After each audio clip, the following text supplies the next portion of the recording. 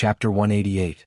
Zhang Peng walked Yi Jiuge to the entrance of Extraordinary Pavilion, but he didn't get anything useful from Yi Jiuge. He could only leave resentfully. Yi Jiuge pushed open the unlatched door of Extraordinary Pavilion and walked into the house with light steps. At the door, he saw Wan Zieng lying on the bed with a pale face, surrounded by Songling and the others. Eldest Miss is here? Ouyang Sen was the closest to the door, so he was the first to see her walk in. Where are Hu Lin and Xia Qinfeng? Yi Jiuge glanced around and didn't see Hu Lin and Xia Qinfeng. They went to get their reward, Ouyang Sen replied. This is. Yi Jiuge looked beside Ouyang Senator. There stood a dark-skinned, tall, and burly man. His eyes shone brightly and his short hair stood on end. He seemed to be the level 2 alchemist Xiong Yunhu, who was scared out of his wits by the evil cultivator and insisted on staying in the alchemy pavilion. Nice to meet you, Miss Yi. Xiong Yunhu grinned, looking extremely simple and honest. Good day, alchemist Xiong. Yi Jiuge nodded and thought to himself, this guy is so muscular, I really can't tell he's such a coward. Xiong Yunhu was quite good at reading expressions. Seeing that Yi Jiuge was here to talk to Wan Zieng, he immediately stood up and said, I still have something to do, so I won't disturb Brother Wan's rest. Let's talk another day. Take care, alchemist Xiong. Wan Zieng nodded. I'll see you off. Ouyang Sen was the closest to Xiong Yunhu, so he took the initiative to see him off. Come visit me when you have time, alchemist Ouyang. I still have many things to talk to you about. Before Xiong Yunhu left, he repeatedly invited Ouyang Sen to look for him. Ouyang Sen readily agreed. Yi Jiuge looked at Xiong Yunhu's back and turned to ask Wan Zieng, are you familiar with him? Today was the first time I talked to him. Wan Zieng shook his head. If you're not familiar, why did he look for you for no reason? Yi Jiuge asked doubtfully. He probably heard that alchemist Ouyang is here, so he came to see. Wan Zieng said hesitantly. I've only met him a few times. Ouyang Sen quickly distanced himself from Xiong Yunhu. He didn't want others to think he was a coward like Xiong Yunhu. He's just a coward. If he wants to come, then come. Why bother with him so much? Bai Songling curled her lips disapprovingly and asked Yi Jiuge, how did your talk with Master Dongfang go? Great Master Dongfang has already given the order to capture the evil cultivators of Bloodthirsty sect. He will personally take action. Yi Jiuge sat down in front of Wan Zieng's bed. That's good. Gong Honglei almost turned the world upside down when you were not here. Li Zijuan persuaded him to bring back Gong Hongyu's body before sending him away. Bai Songling was also a little relieved. If Gong Honglei had been present today, it would not have been so easy for Yi Jiuge and the others to clear their names. That stubborn fellow firmly believed that Yi Jiuge had killed her sister and shouted every day that she would kill her to take revenge. Now that everything is clear, it's pointless for him to make a fuss. Yi Jiuge's face darkened. She did not have a good impression of Gong Honglei. That guy had a body full of cultivation but no brains. He deserved to be used as a tool by others. I'll write a letter to Shangjing later and ask the emperor to issue an imperial edict to the world. Otherwise, those people will be kept in the dark and go around saying you're wrong. Wan Zieng was sincerely happy for Yi Jiuge. Previously, Yi Yuxuan and the crown prince had splashed dirty water on Yi Jiuge. If they did not issue an imperial edict to prove Yi Jiuge's innocence, it would be useless even if she cleared her name in Alchemy City. This matter is not urgent. Let me see your hand. Yi Jiuge reached out and felt Wan Zieng's pulse. He found that he was seriously injured. Although he had already taken a healing pill, the remaining poison in his organs had not been cleared. One could imagine how intense the battle last night was. Yi Jiuge withdrew his hand and said with a frown, didn't I tell you to be careful of Lu Yunfei? How did you get injured? Her blood-colored bell is too powerful. None of us could stop her, but she was also injured by us. Wan Zieng did not say that Li Zijuan was careless, and that he was injured because he was trying to save someone. Little mute, give brother Wan a goo insect.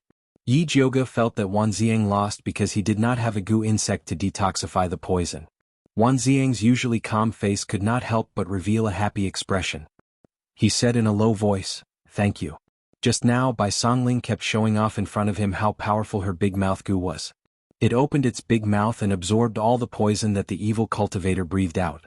He was really envious when he heard it, but he was too embarrassed to ask Yi Jiuge for it.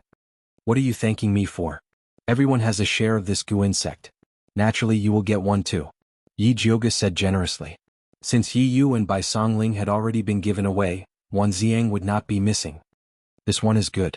Junie Chen did not let Wan Ziang drip his blood and directly helped him choose the biggest goo insect. Wan Ziang looked at the goo worm lying on his arm after absorbing his blood essence, and he was very happy in his heart.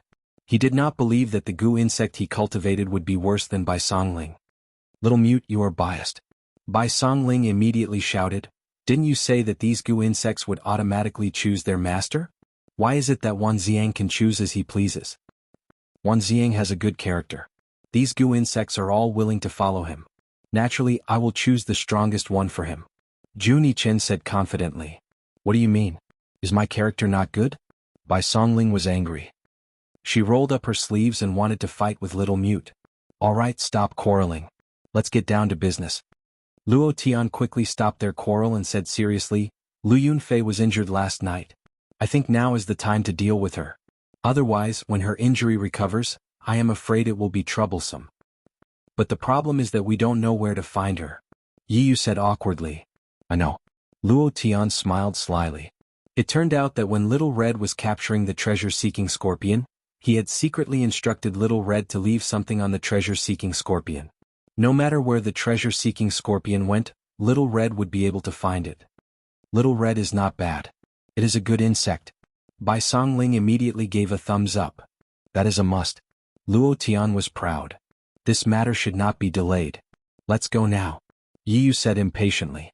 Yi Jioga also expressed his agreement. Lu Yunfei was the direct disciple of the bloodthirsty sect's ancestor. If they could capture her, they would be able to deal a heavy blow to the bloodthirsty sect. Ziang, rest well and wait for our triumphant return. Bai Songling patted Wan Ziang's shoulder and waved her hand in high spirits. Let's go. Luo Tian summoned Little Red and used his consciousness to order it to find the treasure-seeking scorpion. Little Red circled above the room. After determining the direction, it flapped its wings and flew forward. Yi Jioga left the lofty pavilion and immediately felt countless eyes staring at them from the dark. She turned around and looked at the extremely quiet alchemy pavilion. Suddenly, a feeling of anxiety arose in her heart. It was as if something unexpected was about to happen. Chapter 189. Eldest Miss, what's wrong? Yi Yu followed Yi Jioga's gaze and looked towards the alchemy pavilion. It's nothing. Yi Jioga suppressed this strange feeling and repeatedly comforted himself. With Dong Fengyao overseeing the alchemy pavilion, Wan Ziang and the others will be fine. Then let's go. Yi Yu didn't think too much about it. All his thoughts were on chasing after Lu Yunfei. Yi Jioga nodded and led the others to follow behind Lil Red. After leaving Alchemy City, they made their way into the forest and finally arrived at a precipitous cliff. The mountain wind whistled, causing Yi Jioga's dress to flutter. Looking down from above, it was impossible to see the situation at the bottom of the cliff. Could it be that Lu Yunfei jumped off the cliff? Bai Songling looked at the cliff suspiciously. You want to jump off a cliff? Even that demonist doesn't know how to jump off a cliff. Junie Chen sneered. Lu Yunfei might have discovered the 1,000-mile fragrance on the treasure-seeking scorpion, Luo Tian said solemnly. The trail is broken. What should we do next? Yi Yu frowned.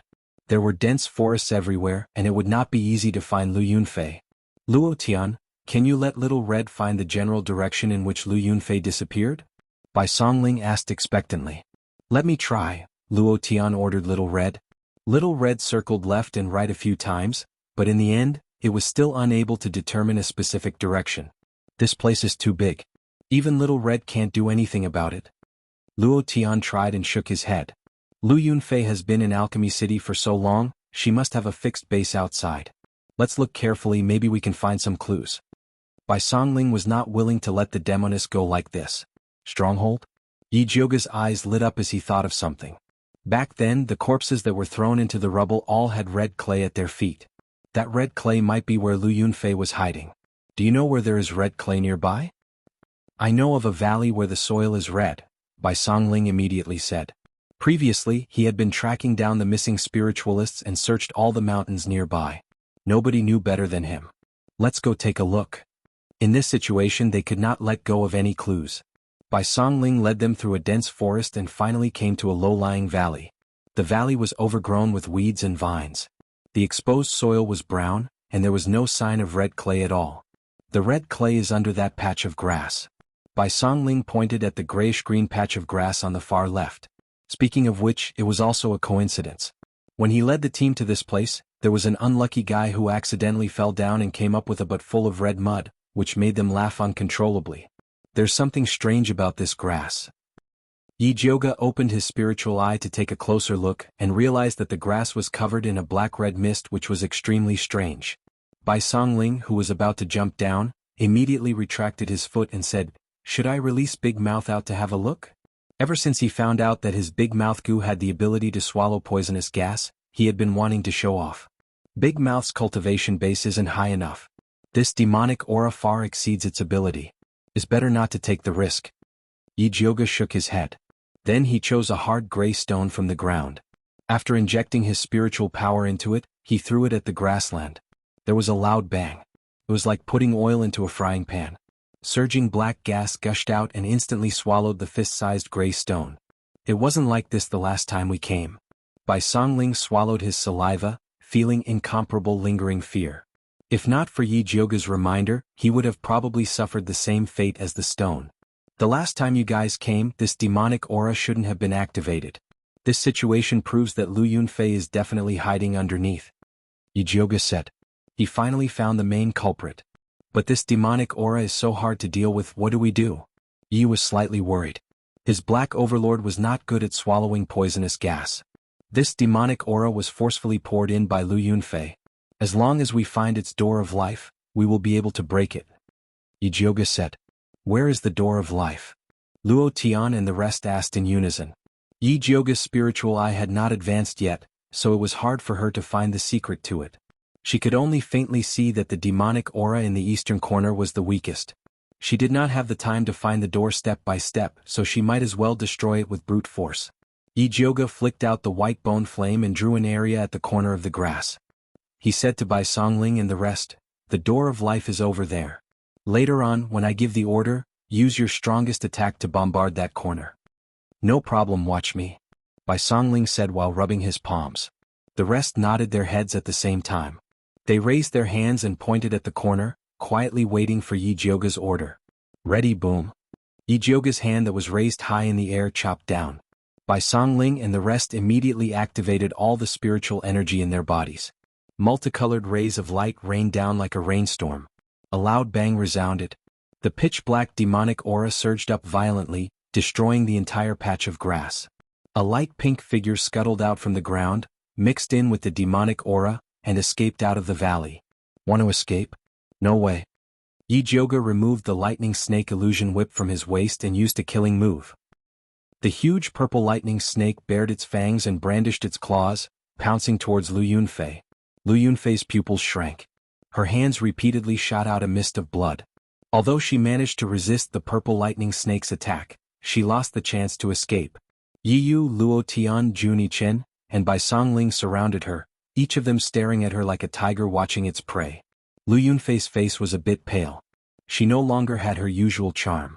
She glanced at Yiyu and the rest one by one, revealing a disdainful smile. "Even if you claim to be from a righteous sect, a few grown men actually ganging up on a weak girl like me. Don't you feel ashamed?" Bai Songling suddenly felt a bit ashamed. He felt that they were indeed a bit bullying. He glanced at his companions and saw that Luo Tian and Juni Chen were full of hatred. They did not feel embarrassed at all that the four of them ganging up on Lu Yunfei. He then looked at Yiyu and noticed that his throat moved as if he had swallowed something. Bai Songling's heart jumped. He realized that he seemed to have forgotten something important. At this moment, Lu Yunfei suddenly pounced towards him like lightning. Her blood-glowing palms continuously shot out a mist of blood. Bai Songling was a bit distracted and did not have the time to defend. Seeing that Bai Songling was about to be injured, Yiyu promptly shot out a gray spirit light to help him block it. Luo Tian also punched at Lu Yunfei, forcing her to retreat to Bai Songling's side. "Xiao Bai, take your medicine."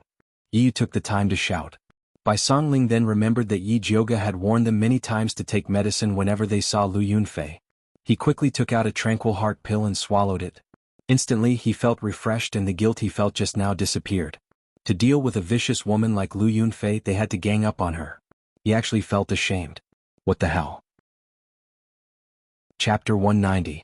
Bai Songling's hands glowed with green light and transformed into two green vines that joined the battle. The blood mist on Lu Yunfei's body flickered, but she was not at a disadvantage against the four of them. The more Bai Songling fought, the more shocked she became. She did not expect Lu Yunfei to be so powerful even after being injured. She had not even started to use her blood bell and blood sword. Bai Songling thought of this and did not dare to relax anymore. She used all her strength to fight the enemy seriously. The others did the same. Lu Yunfei felt the pressure increase. She had used her charm technique to bewitch the four of them. Yi Yu had already taken the pill. Luo Tian and Juni Chen were unmoved. The only one who was affected was Bai Songling, the wood element spiritualist. It was a pity that Bai Songling woke up too early and she did not succeed. It was all those ants' fault for injuring her last night. Otherwise, how could they be her opponents? Lu Yunfei had not been injured for so many years. This time she was injured to the extreme. In her anger, she could not care less about her injuries and immediately took out her blood bell to control it. She had to get rid of the four of them quickly to deal with Yi Jioga, who was standing by the side. She did not think that Yi Jioga was powerful the last time they fought. She did not expect Yi Jioga to be hiding his strength. She had really underestimated him. A strange ringing sound came from the blood-red bell. Bai Songling, Yi Yu and the rest had heard of the power of the blood bell. They immediately jumped back to prevent themselves from being hit. Yi Jioga also became vigilant. He realized that Lu Yunfei's bell was not as powerful as before. It was probably because she was injured, calling her sick and wanting her life. If he did not make a move now, when would he? Everyone, let's take her down. Yi Jioga made a prompt decision and joined the battle. The lightning snake illusionary whip in her hand whistled through the air, and streaks of purple lightning flew towards Lu Yunfei. Bai Songling's green vine soared and wrapped around Lu Yunfei. Juni Chen's abdomen trembled and let out a strange call. Dozens of rank 1 black top snakes came to attack Lu Yunfei. Luo Tian relied on the strength of his physical body and punched towards Lu Yunfei.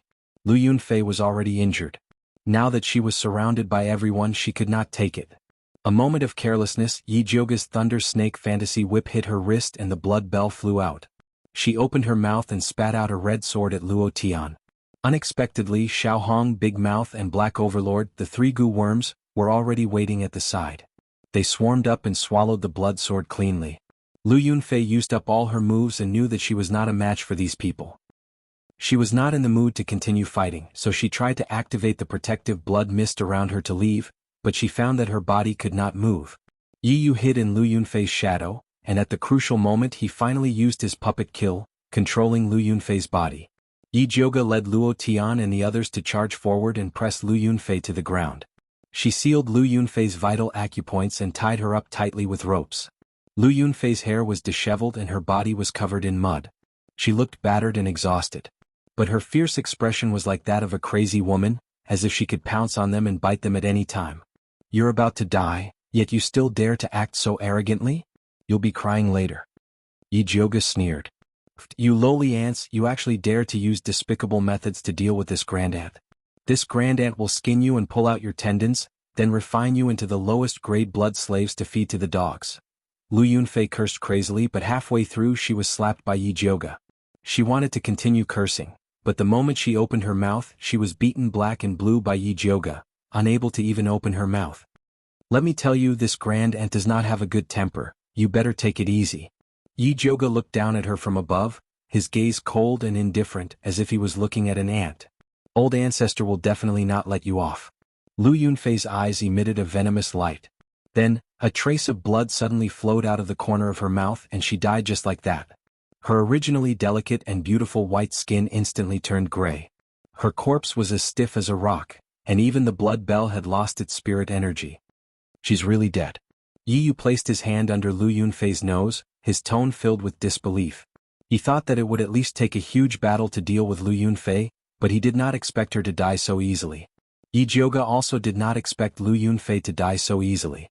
She frowned and said to Juni Chen, "Little mute, I remember you saying that the direct disciples have something called blood pearl on their bodies?"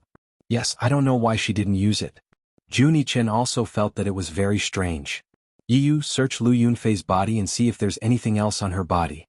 Bai Songling said to Yi Yu, "You're better at examining corpses." Yi Yu did not move.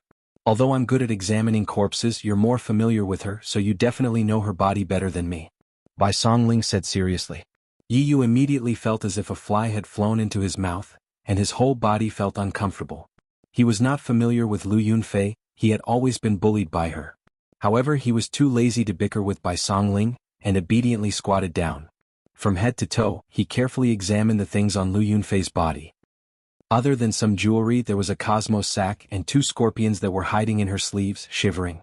Other than the purple treasure-seeking scorpion that was caught by Yi Jioge, there was also a scorpion the size of an infant's fist. Its carapace was light brown, and it was covered with scars from being cut by a knife. Some of the scars had already darkened and should be old wounds. Some were still very fresh, as if they were cut recently. This brown scorpion also seemed to have a very weak personality, and it kept hiding behind the purple treasure-seeking scorpion while shivering. The purple treasure-seeking scorpion also tried its best to use its body to block it, and its long stinger stood up. It looked as if it would risk its life if anyone dared to touch it. What's going on? Yi was confused. This smaller scorpion should be the wife of the treasure-seeking scorpion, and Lu Yunfei used it to control the scorpion. Juni Chen was very familiar with this kind of exotic beast, and he immediately started to explain. It turned out that the treasure-seeking scorpion was a very infatuated creature. As long as it found a mate, it would not change until death. Some unscrupulous people would torture the female scorpion in order to stimulate the treasure-seeking scorpion's ability. Looking at the scars on the female scorpion's body, it was obvious that she had been tortured by Lu Yunfei.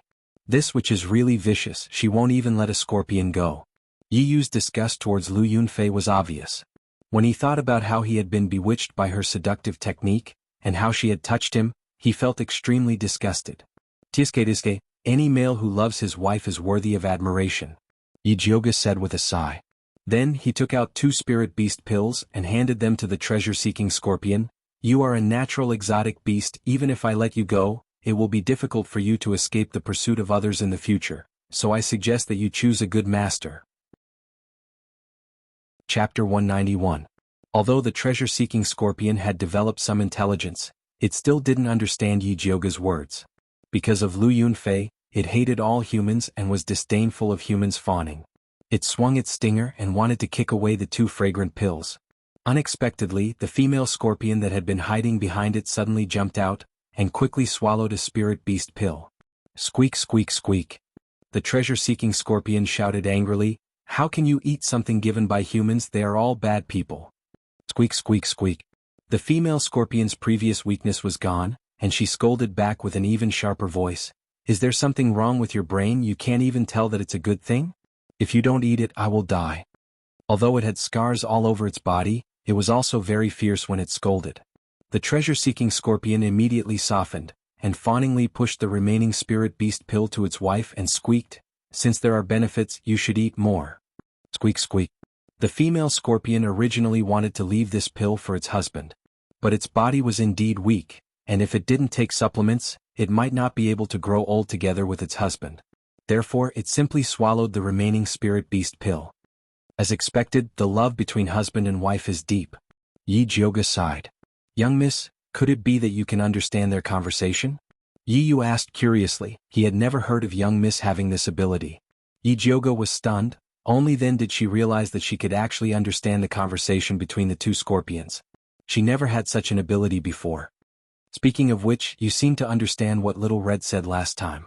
Juni Chen looked at Yi Jioge with a probing gaze. Although the blood-clothed Miao people could also communicate with Gu, they could only roughly understand the meaning, and could not understand what they were saying. Really?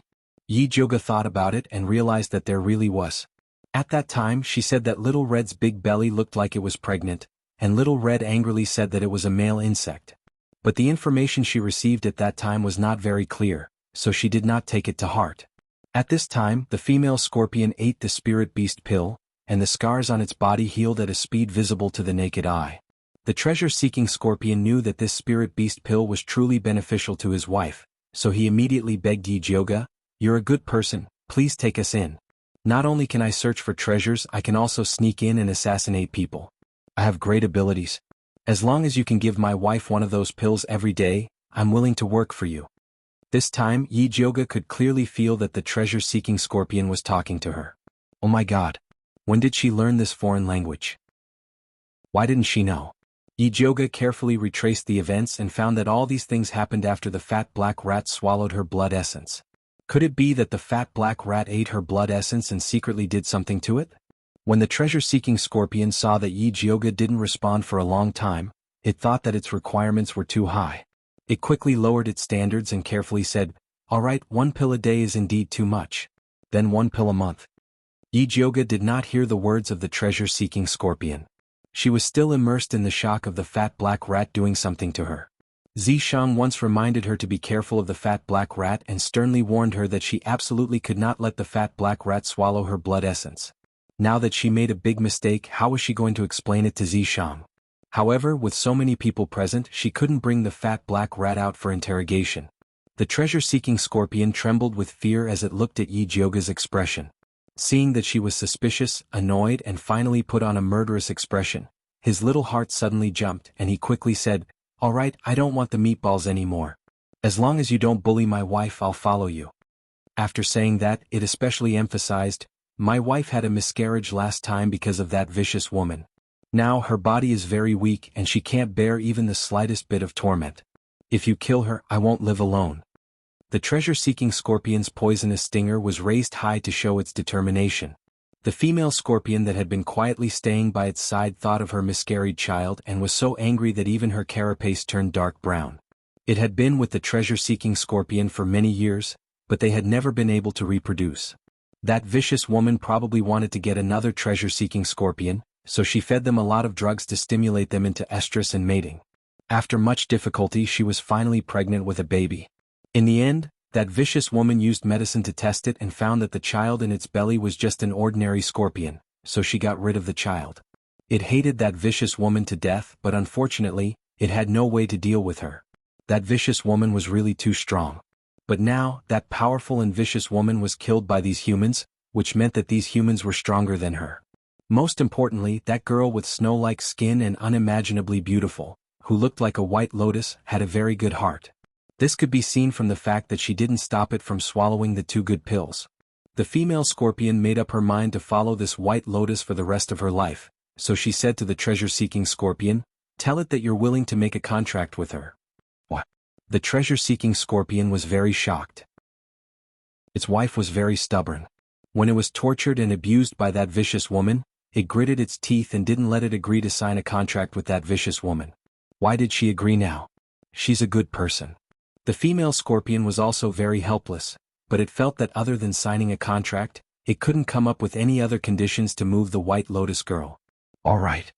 The treasure-seeking scorpion had always listened to its wife, so it wanted to ask Yijioga to sign a contract. At this time, Yijioga had already woken up from the chaos of being tricked by the fat black rat. Hearing the treasure-seeking scorpion couple's words, she quickly said, "I don't need you to sign a contract with me. If you want to follow me, then follow me. In the future, if you find a suitable master or have other plans, just let me know in advance." Zishang wasn't here, so Yijioga didn't dare to casually sign a contract with a strange beast. Most importantly, with the fat black rat around, she didn't like the treasure-seeking scorpion's ability to find treasures. The treasure-seeking scorpion couple was stunned. They had been abused by Lu Yunfei for too long, and they didn't dare to believe that there was such a good person in this world. "I still have things to do, go rest in my bag first. We'll talk about other things later." After Yijioga finished speaking, she opened the bag that she carried with her. The fat black rat turned over in the corner of the bag, sleeping soundly. The treasure-seeking scorpion couple wisely chose a corner that was the furthest away from her and quietly lay dormant. Juni Chen and Luo Tian had been watching the conversation between Yijioga and the 2 scorpions. Seeing that she was really proficient in the beast language, they revealed complicated expressions. Chapter 192. Just as Juni Chen was about to speak, Yijioga interrupted him. "It's useless even if you ask me, I still don't know how I suddenly understand the beast language." Before Zishang came out, Yijioga didn't want to expose the special ability of the fat black rat. Juni Chen frowned. He was very dissatisfied with Yijioga's answer. Being proficient in the beast language was very important to the Blood Cloak tribe. If he learned it, he could kill his way back to avenge the tribe leader. Luo Tian grabbed the young master's shoulder and shook his head in disagreement. Everyone had their own secrets. They didn't have the right to interrogate, not to mention that the person with the secret was Yijioga. Juni Chen bit his lower lip. He knew that he was wrong, but he wanted revenge too much. Yu sensed that the atmosphere wasn't good. He quickly said, "Let's talk about the beast language later. Let's see what's in Lu Yunfei's Cosmos bag first." After that, he erased the imprint on Lu Yunfei's Cosmos bag and shook out the things inside. First was a thick pile of beautiful beauty skin. Gong Hongyu's human skin was also in it. Other than that, there were 18 blood bottles filled with extremely thick blood and 15 jade boxes. These jade boxes contained bloody meatballs, which were the spiritual roots that they had collected from the spiritualists they had killed during this period of time. But he didn't see the blood beads that Junie Chen mentioned. Yiyu looked around and didn't find anything that looked like the blood beads. He wasn't sure if he missed anything, so he looked up at Junie Chen and asked, "Did you remember wrongly?" "Impossible, a core disciple like Lu Yunfei must have blood beads, unless she gave them to someone else," Junie Chen said with certainty. "Can this thing be given to someone else?" Bai Songling asked curiously. Of course, although these blood beads can increase one's combat power, they also cause great damage after use. With Lu Yunfei's arrogant personality, she probably felt that she couldn't use it, so she gave it to someone who needed it more. Although these were all Junie Chen's conjectures, he felt that it was most likely the truth. Bai Songling and Yi Yu felt that Junie Chen's words made sense. Yi Jiuge, on the other hand, was skeptical. She didn't know why, but she felt that she had missed some very important clues that could affect the entire situation. What was it? Yi Jiuge felt a swelling pain in his head, but he had no clue. At this time, Junie Chen's expression suddenly changed and he said, "Not good, Wan Xiang's insects have been killed." Xiang's insect was killed? How is that possible? Bai Songling couldn't believe it. Wan Xiang was doing fine in the alchemy pavilion. How could something happen to him? Would I joke about something like this? Junie Chen's expression was ugly. Before Wan Xiang's goo hatched, it was still under the control of his blood essence. Now that he was killed for no reason, it was also a great loss to him. Little Master is not lying. Wan Xiang's goo worm is indeed dead, Luo Tian said solemnly. As soon as he finished speaking, Lil Red, Big Mouth, and Black Tyrant all flew above everyone's heads uneasily. They flew around in circles and looked extremely agitated. Could it be that Su Junqing realized that he had been exposed and decided to take the risk to attack Ziyang? The more Bai Songling thought about it, the more she felt that it was possible. She quickly said to Yi Jiuge, "Why don't we go back and have a look?" He had the deepest friendship with Wan Xiang.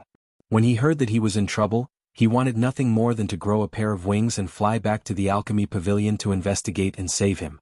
"Let's go, we'll go back now," Yi Jiuge immediately ordered. Lu Yunfei's corpse wasn't easy to take away, so Yi Yu found a place to hide her. The Cosmo sack was left with Yi Jiuge. After the group finished their preparations, they hurriedly rushed towards Alchemy City. The valley was quite a distance away from Alchemy City. They hurried, but they still couldn't make it back before the city gates closed. It was already dusk. The afterglow of the setting sun cast a dark yellow glow on the closed city gates. Yi Jiuge, Bai Songling, Yi Yu, and the rest squatted on a small hill half a mile away from the city gates, looking at Alchemy City from afar. She didn't know why, but when she looked at the closed city gates from afar, her heart thumped wildly. She actually didn't dare to approach. "What's wrong, young miss?" Bai Songling looked at Yi Jiuge in confusion. She didn't understand why she was guarding here and not willing to enter Alchemy City. Though the city gates were closed, it wasn't a big deal to them. They could just find a hidden place to cross over. Yi Jiuge shook his head. Something's not right. It's not a wise move to return to Alchemy City right now. She didn't know how to describe her feelings, but she instinctively didn't want to go in. Yi Yu suggested, "How about I sneak in first to see what's going on?" The sky was already dark, and the city walls were surrounded by shadows. As long as he was careful, there shouldn't be a problem. "All right, be careful then." Yi Jiuge nodded in agreement. Yi Yu crept away from his spot and carefully sneaked into the shadows to approach the city walls. Yi Jiuge and the others carefully watched Yi Yu. After seeing that he successfully sneaked into the city walls, they finally sighed in relief. The sun slowly set, and the last of its light disappeared without a trace. At this time, the city gates suddenly opened. Two groups of soldiers with magic tools to search for evil cultivators began to attack the mountains on both sides. The gates slowly closed behind them, but the security on top of the city walls became even stricter. The top of the walls was brightly lit, and teams of fully armored soldiers were patrolling. Yi Jiuge even saw quite a few spiritualists patrolling everywhere. The entire city was on high alert. What's going on in Alchemy City? Bai Songling also felt that something was wrong. Alchemy City wasn't this tense even when the evil cultivators were at their peak. "I don't know what's going on in your Thunder Nation, but in our Blood Cloak clan, this is only the case when the clan leader is being assassinated." Luo Tian spoke word by word. Yijioga finally understood what he had missed out on. The bloodthirsty sect's target has always been Grandmaster Dongfang. Did something happen to him? That can't be. Bai Songling was shocked. No matter how powerful the evil cultivators from the bloodthirsty sect are, they can't possibly make a move against Grandmaster Dongfang in the Alchemy Pavilion. If they were really that powerful, everyone in the Alchemy Pavilion would be dead already. No, something must have happened to Grandmaster Dongfang. There must be something we haven't thought of in the Alchemy Pavilion. Yijioga's mind raced, but the more he thought about it, the more he couldn't think of anything. At this time, the treasure-seeking scorpion's voice came from the pouch. Master, I heard from Lu Yunfei that there was a demonic cultivator called Old Xiong who not only ruined most of her human skin, but also stole the blood bead that the ancestor gave her. She even said that when she returns, she must report him to the ancestor. Chapter 193. Old Bear, could it be Xiong Yunhu? Yijioga's heart tightened. No wonder that Xiong Yunhu pretended to be a coward and stayed in the Alchemy Pavilion. He clearly had ulterior motives. It seemed like bloodthirsty ancestor didn't just send an evil cultivator in disguise. Xiong Yunhu had been in the Alchemy Pavilion for so long, so he must have done many things in secret. If that was the case, Yiyu would be in danger. Yijioga was worried and was wondering if he should send someone to rescue Yiyu. Then her bag moved and a purple scorpion head popped out. Master, do you want me to help you investigate the situation of the Alchemy Pavilion? The treasure-seeking scorpion volunteered. You? Yijioga was surprised. He did not expect the treasure-seeking scorpion to be so proactive in helping him. However, now that the Alchemy Pavilion was so heavily armed, she was worried that the treasure-seeking scorpion would just be delivering itself to its doorstep. Master, don't look at me like this. I'm actually very good at burrowing underground, the treasure-seeking scorpion said as it waved its two pincers. Many of these treasures were buried deep underground. If it didn't have some skills, how could it have found them? All right, then go ahead and give it a try. Do what you can and retreat if there is any danger. Yijioga nodded. If he burrowed into the ground, it would not be a big deal. Last time, the treasure-seeking scorpion was able to sneak into her window without making a sound, so it must have some ability. All right, I'll go now. The treasure-seeking scorpion crawled out of the bag and prepared to set off. Wait a minute. Yijioga called out to the treasure-seeking scorpion and poured out a spirit beast pill for it before saying, "Replenish your strength. Leave it for my wife." The treasure-seeking scorpion immediately said, "You eat first. If this matter is done well, I will reward you." Yijioga stuffed it into the treasure-seeking scorpion's pincers. The treasure-seeking scorpion already had some intelligence. Although it felt bad for its wife, it wanted to complete the mission and obtain the reward. He immediately ate the spirit beast pill, then landed on the ground and disappeared in front of Yijioga's eyes. Yijioga opened his spiritual eye and saw a faint purple shadow heading towards Alchemy City at a rather fast speed. Relieved, she opened the bag and looked inside. The female scorpion was sleeping quietly in the corner. It had been abused before and its body was very weak. After eating the spirit beast pill, it automatically entered a state of deep sleep to repair itself. On the other side of the bag, the fat black rat was still hugging its tail, curled up into a small furry ball and sleeping. Yijioga poked its chubby body and whispered, black fatty." The fat black rat did not react at all. Yijioga simply took it out of the bag and rubbed it in his hand. But the fat black rat was like a dead pig, not responding at all. If it weren't for the fact that its body was still warm, Yijioga would have thought that it was dead. Ever since this fellow drank her blood essence, he had been in a state of deep sleep. She had no idea what was going on. This black fatty was becoming more and more mysterious. He had to figure out its origins. If only Zishang was here. This fat black rat was most afraid of him. Yijioga could not help but sigh. Bai Songling thought that she was worried about Wan Ziang, so she comforted her. Miss, you don't have to worry too much. Ziang is blessed by the heavens. He'll be fine. I hope so.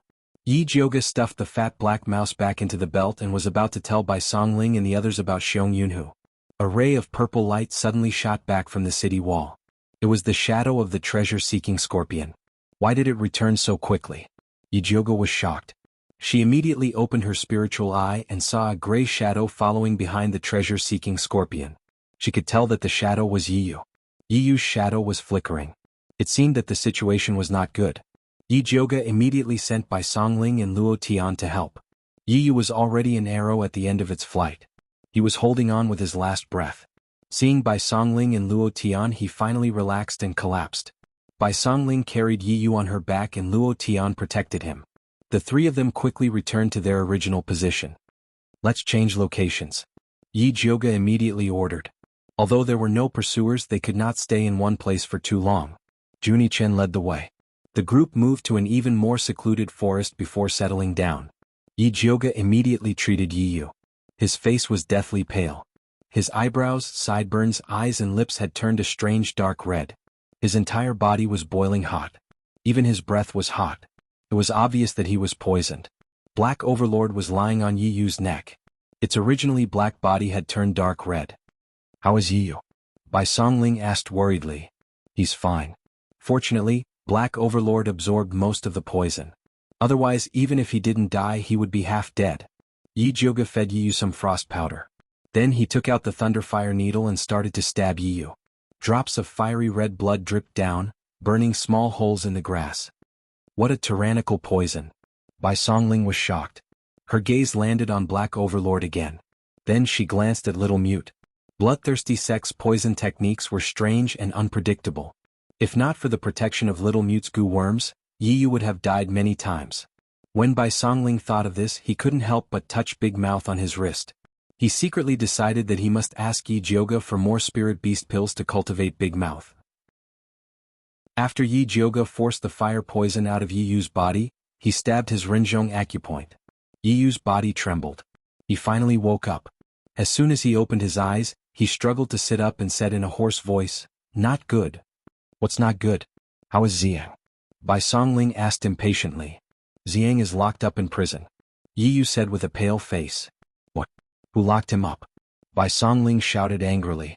Although Wan Xiang's military power was taken away, he was still the emperor's man. Who dared to touch him? "It's the crown prince." Yi Yu gritted his teeth and said, he and Su Junqing took advantage of Xiang's serious injuries to tie him up. They even crushed Xiang's goo worms. What right does the crown prince have? What about Master Dongfang and Li Zijuan? Are they just going to sit back and do nothing? Bai Songling suddenly thought of this. Her expression changed drastically. Are they also bewitched by Su Junqing's bewitching art? That's not right. If he wanted to bewitch them, he would have done it long ago. Why wait until now? They weren't bewitched. I heard people from the alchemy pavilion say that Xiang was bewitched by evil cultivators and secretly poisoned Master Dongfang and Li Zijuan. Now that Master Dongfang is unconscious and Li Zijuan is in danger, the entire alchemy city is in chaos. Yi Yuxuan joined hands with the crown prince. With the help of the alchemy pavilion's second-in-command, Zhang Peng, they took over alchemy city's defense. They believe that Xiang is the murderer and said that we are also evil cultivators in disguise.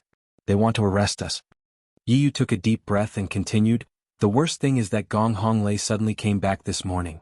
He heard that Master Dongfang was harmed by Wan Xiang. He immediately stood on the crown prince's side. Chapter 194. Bullshit, which eye of theirs saw us being tricked by the heretic? Bai Songling jumped up in anger. He wanted nothing more than to rush into the city and strangle the crown prince. The real evil cultivator is Xiong Yunhu. He should be like Jiang Xingjie, equipped with an aura-concealing magic tool. Moreover, his cultivation is even higher than Lu Yunfei's. Yi Jioga told him about Xiong Yunhu in a deep voice. So it's that guy. I knew he wasn't a good person, coming to visit Xiang for no reason. He's clearly a weasel paying respects to a chicken. He must have planned to harm us. Bai Songling regretted not sending them off. If he knew this would happen, he would have stayed at the alchemy pavilion to accompany Wan Xiang. There's no point in saying all this now. We should hurry and think of a way to save Xiang. Yi Jioga's expression was solemn. Aside from saving Wan Xiang, she also wanted to see the heavily injured Dongfang Yao and Li Zijuan. She had the Thunderfire needles and many supreme-grade pills left behind by her grandfather. No matter how heavily injured they were, she could still save them. The only problem was that Alchemy City was full of obstacles and the Alchemy Pavilion was heavily guarded. With the Crown Prince, Yi Yuxuan and Gong Honglei interfering, it wouldn't be easy for her to sneak into the pavilion. Yi Yu's next words confirmed Yi Jioga's conjecture. The prison is still fine. Most of the guards are ordinary soldiers. However, Dongfang Yao and Li Zijuan's alchemy pavilion has been surrounded by the Crown Prince, Su Junqing and Yi Yuxuan's men. Not even a mosquito can enter. Su Junqing even set up a fire trap around the pavilion to deal with me. If it wasn't for the scorpion, I would have died as well. Yi Yu gritted his teeth in hatred when he thought of the fire trap Su Junqing set up. That vicious bastard actually used living people to set up a trap. Otherwise he wouldn't have fallen for it. 16 guards, 16 lives, he used them so easily to fill the hole. Yi Yu's words weighed heavily on the crowd. Who would have thought that they would fall into an even more difficult situation after clearing their grievances yesterday? Don't be too discouraged. From another perspective, this is the heretical cultivator's final scheme. As long as we save Wan Ziang and heal Master Dongfang and Li Zijuan's injuries, we can completely destroy the bloodthirsty sex plot, Yi Jioge said calmly. Eldest Miss is right, Jiang Xingjie and Lu Yunfei have already been killed by us. Xiong Yunhu and Su Junqing won't be able to be arrogant for long. Once we expose their conspiracy, the Crown Prince, Yi Yuxuan, and Gong Honglei will be waiting to slap their faces. A ferocious smile appeared on Bai Songling's face as he said, "They are helping the evil cultivators to open the way for them. They should be the ones who colluded with the evil cultivators." That's right. When the time comes, we'll be the ones to see how they clear their grievances. Yi Yu's spirits were lifted at the thought of this. He had thought that it would take many years to bring down the Su family and the Crown Prince to avenge his family. He did not expect that the hope of revenge was right in front of him. As long as he defeated Su Junqing, the Crown Prince who colluded with the evil cultivator would not have a good ending. Then what are we waiting for? Let's go. Bai Songling said in high spirits. Even the treasure-seeking scorpion squeaked as it stood on Yi Jioge's shoulder. Yi Jioge was a generous master. Since he had made a great contribution, he would definitely benefit from it. A bunch of idiots. Juni Chen was expressionless as he ridiculed. They were clearly going to Alchemy City to die, but they were bragging about it as if it was a hero's medal. Being an idiot is not bad. Luo Tian smiled. He had been very strange before. Wan Ziang, Bai Songling, and Yi Yu were not simple characters. Why would they listen to Yi Jioge's every word? Even his awkward and arrogant little master was completely convinced by her. Now he finally understood. Yi Jioge had a mysterious brilliance about her. No matter how difficult the situation was, she would always be able to overcome it. If Yi Jioge knew that Luo Tian had such a high evaluation of her, she would definitely smile bitterly.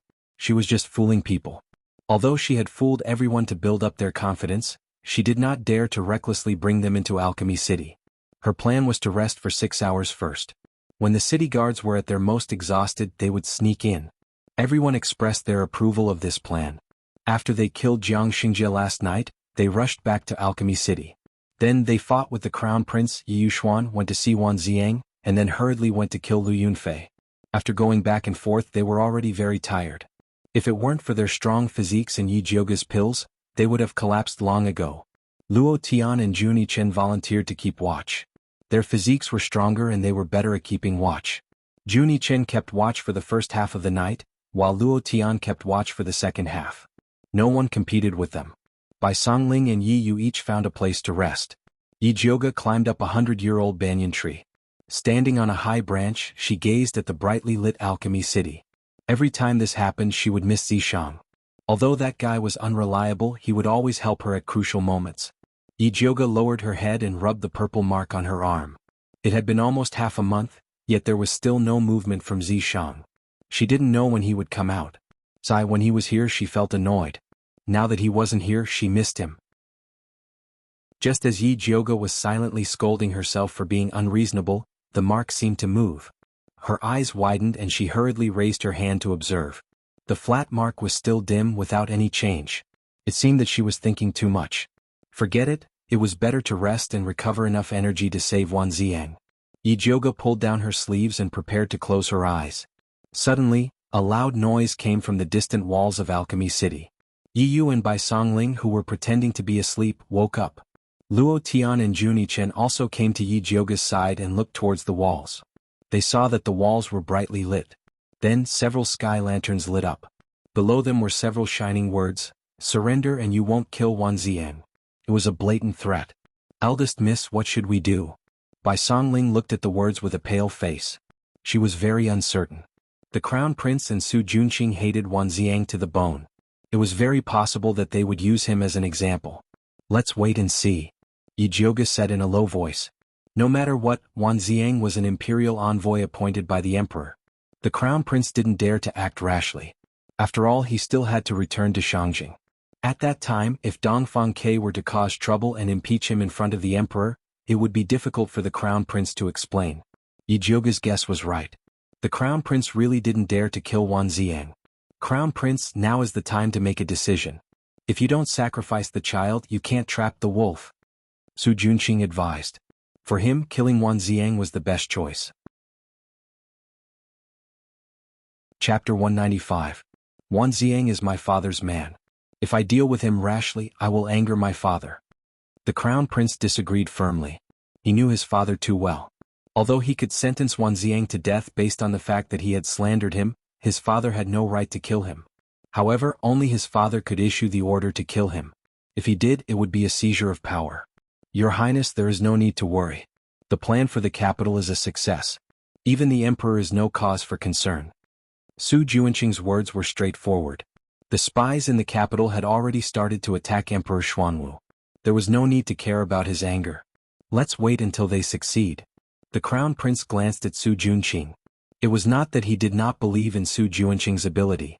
It was because his father was a spiritual master, and there were many experts protecting him in the palace. It was unlikely that he would succeed. Therefore he had to be prepared for both eventualities. Seeing that the crown prince would not listen to him, Su Junqing gave up. Anyway, Wan Ziang was doomed. There was no need to fall out with the crown prince over such a small matter. He changed his mind. Since you are unwilling to use Wan Ziang as bait, let's use someone else. Who do you want to use as bait? The crown prince was confused. Other than Wan Ziang, they did not have anyone else. I heard that Yi Jioge loves her maidservants very much. I wonder if it is true. Su Junqing smiled sinisterly. Previously he'd used the young maid, Hua Dai, as bait and successfully lured Yi Jioge to the pile of rocks. This time he would use Yu Dai as bait. In the Flying Frost Pavilion in the Medicine Refinery Complex, Yi Rui clenched her small fists and stood in front of Yu Dai. She glared at Yi Shanshan like a little beast and said, "No, Yu Dai is my maidservant. You cannot take her away." Fourth sister, Yu Dai is eldest sister's maidservant. How did she become yours? A cold smile flashed across Yi Shanshan's delicate face. She said slowly, "Eldest sister has committed a heinous crime. I advise you not to get involved in this mess. Eldest sister is not a sorcerer. You are the ones who are falsely accusing her," Yi Rui shrieked angrily. This morning, big sister had clearly cleared her name. Suddenly, something happened to Master Dongfang, and the situation was reversed. She didn't understand what had happened, but she clearly saw her father and second sister adding insult to injury. Together with the crown prince, they wronged eldest sister. "Shut up." Yi Shanshan narrowed her eyes. Suddenly, she raised her hand and slapped Yi Rui. Yi Rui was only 7 years old this year. Although she had outstanding potential, she had not been cultivating for long. She was far from being Yi Shanshan's match.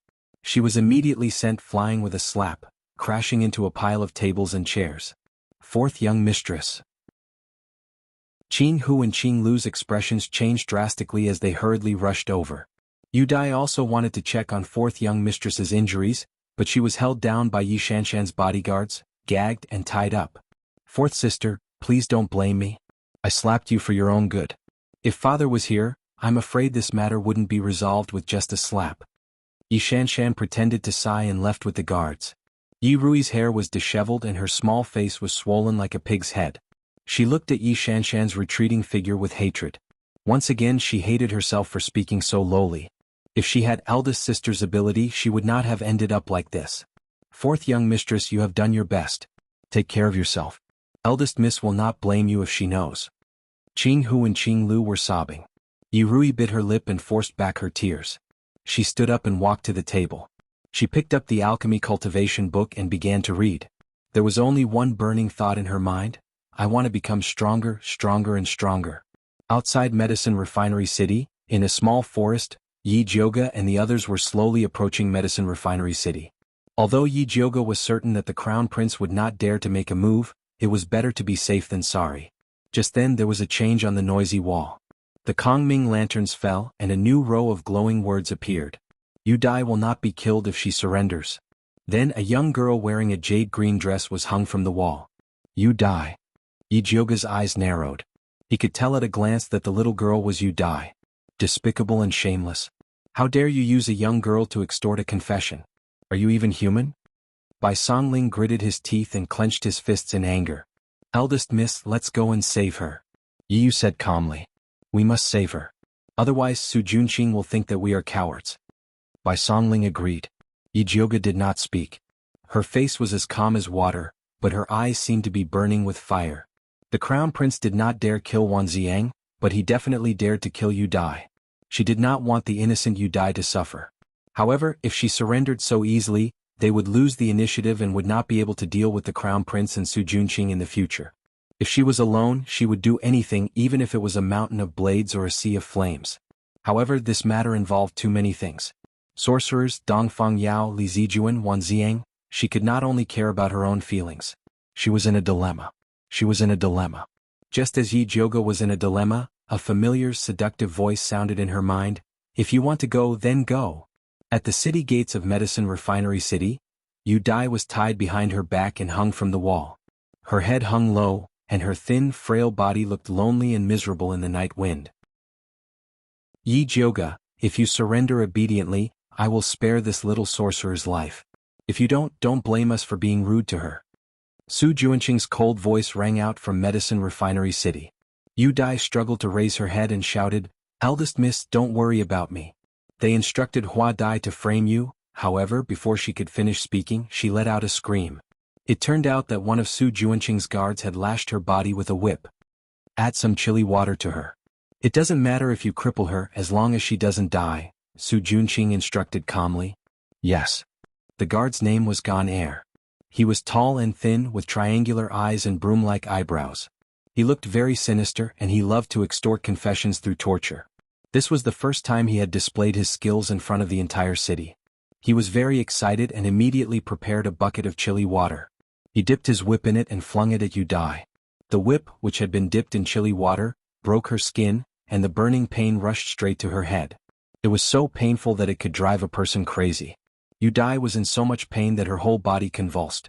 Her hands, which were tied behind her back, were even worse. She clenched her teeth and swallowed the screams and blood into her stomach. She knew that these evil people wanted to use her to lure the eldest Mississippi. She could not let them have their way. Not bad, little girl. A fierce glint flashed across Gan Er's face, and his entire body contorted with excitement. He switched to a whip with barbs. Not only was this whip more painful, but it could also destroy Yu Dai's clothes. When he thought of Yu Dai's clothes being torn, her naked body covered in blood from his whipping, and the entire city admiring this masterpiece with him, he was so excited that his eyes turned red. Chapter 196. Little girl, enjoy it. Gan Er raised his whip covered in chili water and lashed it towards Yu Dai's chest. Yu Dai closed her eyes and gritted her teeth, waiting for the pain to come. However, the pain didn't come. Instead, the ropes binding her snapped and the wind whistled by her ears. Yu Dai suddenly opened her eyes and saw a sky-blue figure floating towards her, carrying her as they landed safely on the ground. Young mistress. Yu Dai looked at the beautiful face in front of her and thought that she was dreaming. It's fine now. Yi Jioga quickly checked Yu Dai's body and only handed her to Bai Songling after seeing that she only suffered flesh wounds. You really came? Su Junqing felt that Yi Jioga was an idiot. She was only an insignificant maid, yet she personally came to take a risk. She was truly soft-hearted. As for Yu Dai being saved, Su Junqing didn't care. Without Yu Dai there was still Qing Hu and Qing Lu. Yi Shanshan told him that the two maids were also transferred from Yi Jioga's side. Su Junqing, you're the first young noble of the Su clan, yet you used an innocent 12-year-old girl to lure me out. You even beat her up in front of the entire city. I don't know if this is the Su clan's tradition or the crown prince's order. Yi Jioga stood in front of the city gates. Her eyes were clear and calm, but her expression was even more arrogant. The night breeze blew her long black hair. She looked like a fairy riding the clouds, elegant and transcendent. Her voice wasn't loud, but it echoed throughout the city. At this time, the residents of Alchemy City were restless. No one was sleeping. Although the Crown Prince and Su Junqing's group had been spreading rumors that Yu Dai was Yi Jioga's accomplice and a heretical cultivator, the beating was too cruel. Especially those with young daughters. They hugged their children tightly and covered their ears, not daring to let them see this cruel side. Regardless of Yi Jioga's reputation, she appeared out of nowhere and saved her maid. This righteousness was admirable. The Crown Prince's heart skipped a beat after hearing Yi Jioga's words. As the crown prince, he had to prioritize righteousness. Using such sinister methods was indeed damaging to his reputation. Su Junqing calmly said, "Yi Jioge, you killed people, skinned them, sucked their blood to cultivate, and committed heinous crimes. You still have the face to say that my methods are cruel? Evil cultivators go against the heavens, and everyone has the right to punish them. I was just acting out of convenience. If you had surrendered obediently, I wouldn't have treated them like this. I can surrender." Yi Jioge abruptly interrupted Su Junqing's long speech. "What?" Su Junqing was stunned, thinking that he had misheard. "Young mistress." Bai Songling and Yi Yu exclaimed at the same time. Just now in the dense forest, they couldn't bear to see the little maidservant suffer and decided to come out to save her, but they didn't say that they would surrender. "But I have two conditions." Yi Jioge's beautiful face was like the tranquil surface of a lake without any ripples. "Tell me about it." Su Junqing asked with great interest. "First, kill the guard who attacked just now." Yi Jioge's cold voice contained an undisguised killing intent. When Ganair heard this, the blood drained from his face and he immediately fell to his knees. Just as he was about to beg for mercy, he saw Lord Su move his finger and a black light shot into his body, sealing his begging in his throat. Su Junqing gave a look to the guard beside him. The short and sturdy guard immediately stepped on Ganair, making him unable to move. "What's the second condition?" Su Junqing stopped. Although killing a donkey after it had outlived its usefulness wasn't good, he didn't care about such a small matter anymore. "Second, send Wanxiang out." Yi Jioge raised her voice. Su Junqing couldn't help but frown. He didn't hastily agree to Yi Jioge's condition but asked, "Will you surrender alone or will you bring them along?" "I will exchange myself for Wanxiang." Yi Jioge said word by word. "Young mistress, you can't." Yi Yu immediately objected. "I'm closest to Xiang, you should let me exchange him." Bai Songling shouted anxiously. "Young mistress, this matter should be considered at length." Luo Tian also disagreed. Feeding oneself to a tiger was the most foolish thing to do. Juni Chen silently rolled his eyes. "I've made up my mind." Yi Jioge turned around with her back facing Su Junqing. Her expression was indifferent as she looked at Bai Songling and the others with her bright eyes. Then she mischievously winked and silently said, "Listen to me." Bai Songling and Yi Yu were stunned and couldn't help but look at each other. The two of them had known Yi Jioge for the longest time and knew that she always had a lot of cunning ideas and powerful methods. She never did anything that she wasn't sure of. Seeing that Bai Songling and Yi Yu had agreed, Luo Tian and Juni Chen no longer objected. Just as Yi Jioge was exchanging signals with Bai Songling and the others, Su Junqing was also discussing with the crown prince whether to agree to Yi Jioge's condition. "Your Highness, I think we can use the half-dead Wanxiang to exchange for Yi Jioge." Su Junqing's attitude was very firm. He was determined to get Yi Jioge. However, the crown prince was still a little hesitant and said unhappily, "Yi Jioge said to exchange, then wouldn't we lose face? If they want to exchange, then let them all exchange." "Your Highness, Yi Jioge is undoubtedly their leader. If she falls into our hands, will the others be able to escape?" Su Junqing smiled confidently. "That's true." The crown prince thought about it and felt that Su Junqing's words were quite reasonable. He smiled and said, "Yi Jioge really is an idiot. She really thinks that using herself to exchange for someone else is righteous. Wait until she falls into our hands and we'll deal with her." As the crown prince spoke, an ominous glint appeared in his eyes. He had probably already thought of countless tortures to deal with Yi Jioge. "Your Highness, no matter what, Yi Jioge's surname is Yi. Even though she and Grandmaster Yi have fallen out, she still has some face. Your Highness, please bear with it and don't make things difficult for Grandmaster Yi," Su Junqing earnestly advised. "This is Grandmaster Ye's idea?" The crown prince frowned. If this really was Yi Yuxuan's idea, then he really had to consider it. Recently, many large families in Shangjing had been roped in by Dongfang Quebec. He urgently needed Yi Yuxuan's support. Su Junqing subtly nodded. The Su family and Yi family were in-laws, so in the crown prince's eyes, they were family. This could indeed represent Yi Yuxuan's attitude. All right then. Even though the crown prince felt that it was a pity that he couldn't immediately deal with Yi Jioge, there was still a long way to go. The crown prince is wise. Su Junqing let out a slight sigh of relief. Yi Jioge was someone that the bloodthirsty ancestor wanted, so he definitely couldn't be lost. After Su Junqing and the crown prince finished their discussion, he ordered the guards beside him, "Go and bring Wanxiang over." The guards obeyed and left.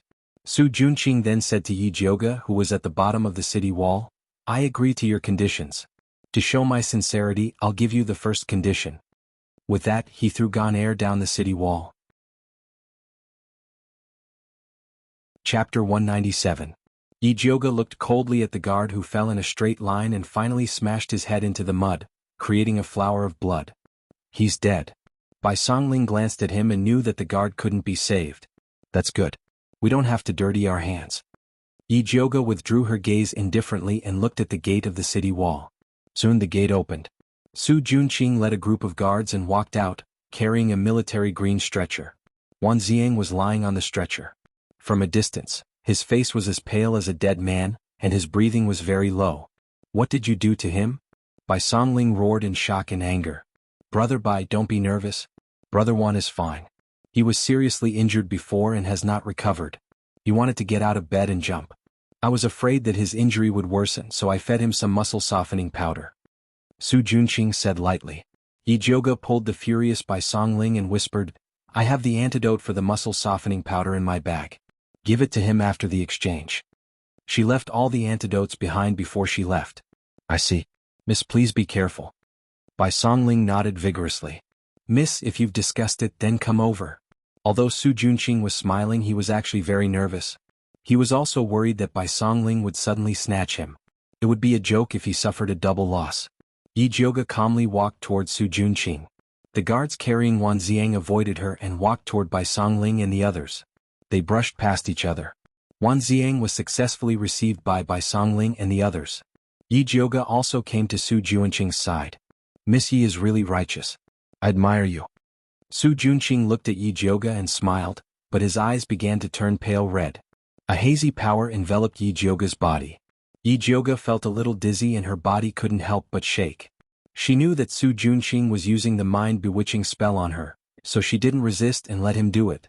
After Su Junqing was sure that Ijioga was under the mind-bewitching spell, he began to ask, Where is Lu Yunfei? She was killed by our joint attack. Ijioga replied. Su Junqing's pupils constricted. Although he had a bad premonition when he heard that Ijioga and the others had left the city to chase after the injured Lu Yunfei. But when he found out that she was really dead, he was still very surprised. After all, Lu Yunfei's strength was extraordinary. She was also very cautious and cunning. No one would have thought that she would die so easily. Forget it, death is death. In any case, as long as he could complete the task given by the old ancestor would not fuss about this. Su Junqing made up his mind and asked, What about her corpse and storage bag? This was the main point. The corpse is buried in a red clay valley 300 miles away from the city. The storage bag is with you. Ijioga said honestly. The 150 kilometers of red clay valley was the base that they had discussed before. It seemed that Ijioga had not lied. Su Junqing then said to Ijioga, Eldest miss, for safety's sake, please hand over all your weapons to me for safekeeping. I don't have any weapons. I gave them to Bai Songling and the others before I came, Ijioga replied in a daze. Su Junqing glanced at Ijioga and saw that she did not have any decorations on her body. Her dress was also quite tight and did not look like it could be used to store things. He believed her. Then please? Su Junqing led the way in front. Ijioga, to think that you would have such a day. The crown prince stood on the stairs nearby and sneered. Ijioga's eyes were a bit dull as if she did not hear the crown prince's words. The crown prince frowned and was about to explode, but he was stopped by Su Junqing. Your Highness, we still have many things to do. Why don't we take Ijioga to the prison first and lock her up with the Spirit Forbidden Hoop? Very well, the Spirit Forbidden Hoop suits her the best. The crown prince nodded in satisfaction. Alchemy City's death prison was equipped with a Spirit Forbidden Hoop. This chain was made from spirit-absorbing stone. After wearing it, it would seal the spiritual force of a martial artist. Because wearing it for a long time would damage the meridians of the body, it was not used when they locked Ijioga up. In the dark and damp prison, the iron bars of the death prison shone coldly under the dim candlelight. After passing through a corridor filled with a musty smell, they walked to the deepest part of the prison, the only death prison of Alchemy City. Dong Fengyao was not a bloodthirsty person. Alchemy City had been established for a long time, but the death prison had only locked up a few bandits who had committed murder. In the last 5 years, no one had been living here. The corners were covered with moss and rats and cockroaches were running all over the floor. Not to mention a bed, there was not even a pile of hay. The spirit forbidden hoop was on the gray wall, and the mottled iron chain bound 2 gray bracelets. Eldest miss, please. Su Junqing walked to the wall and smiled while holding the 2 gray bracelets. His eyes flashed red. On the surface he looked very relaxed, but his whole body was very tense, afraid that Yi Jioge would suddenly explode and escape. Behind Yi Jioge, a group of intermediate spiritualist guards surrounded her in a circle. Yi Jioge acted as if she did not know that the spirit forbidden hoop would harm her. She silently walked forward, and her azure sleeves slid down, revealing her snow-white arms. After Su Junqing put the gray spirit forbidden hoop on Yi Jioge's hand, he finally felt relieved and couldn't help but laugh. Yi Jioge, you finally fell into my hands. Half of the task was completed, and his heart was indescribably comfortable. Next, he just had to wait for Xiong Yunhu to transport the Oriental medicine out. As for Wan Ziang and the others, he was not in a hurry to capture them. Previously, when he helped the bloodthirsty sect collect girls and spiritualists, he could only be sneaky and restrained. Now that Wan Ziang, Bai Songling and the others were his scapegoats, he just had to be bold in the future. Yi Jioge had been very sluggish and did not respond to Su Junqing's laughter. After Su Junqing laughed enough, he proudly left with the guards. The death cell immediately fell into darkness, and one could not see their fingers in front of them.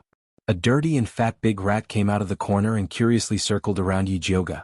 It bared its big teeth and wanted to take a bite of this fragrant prey.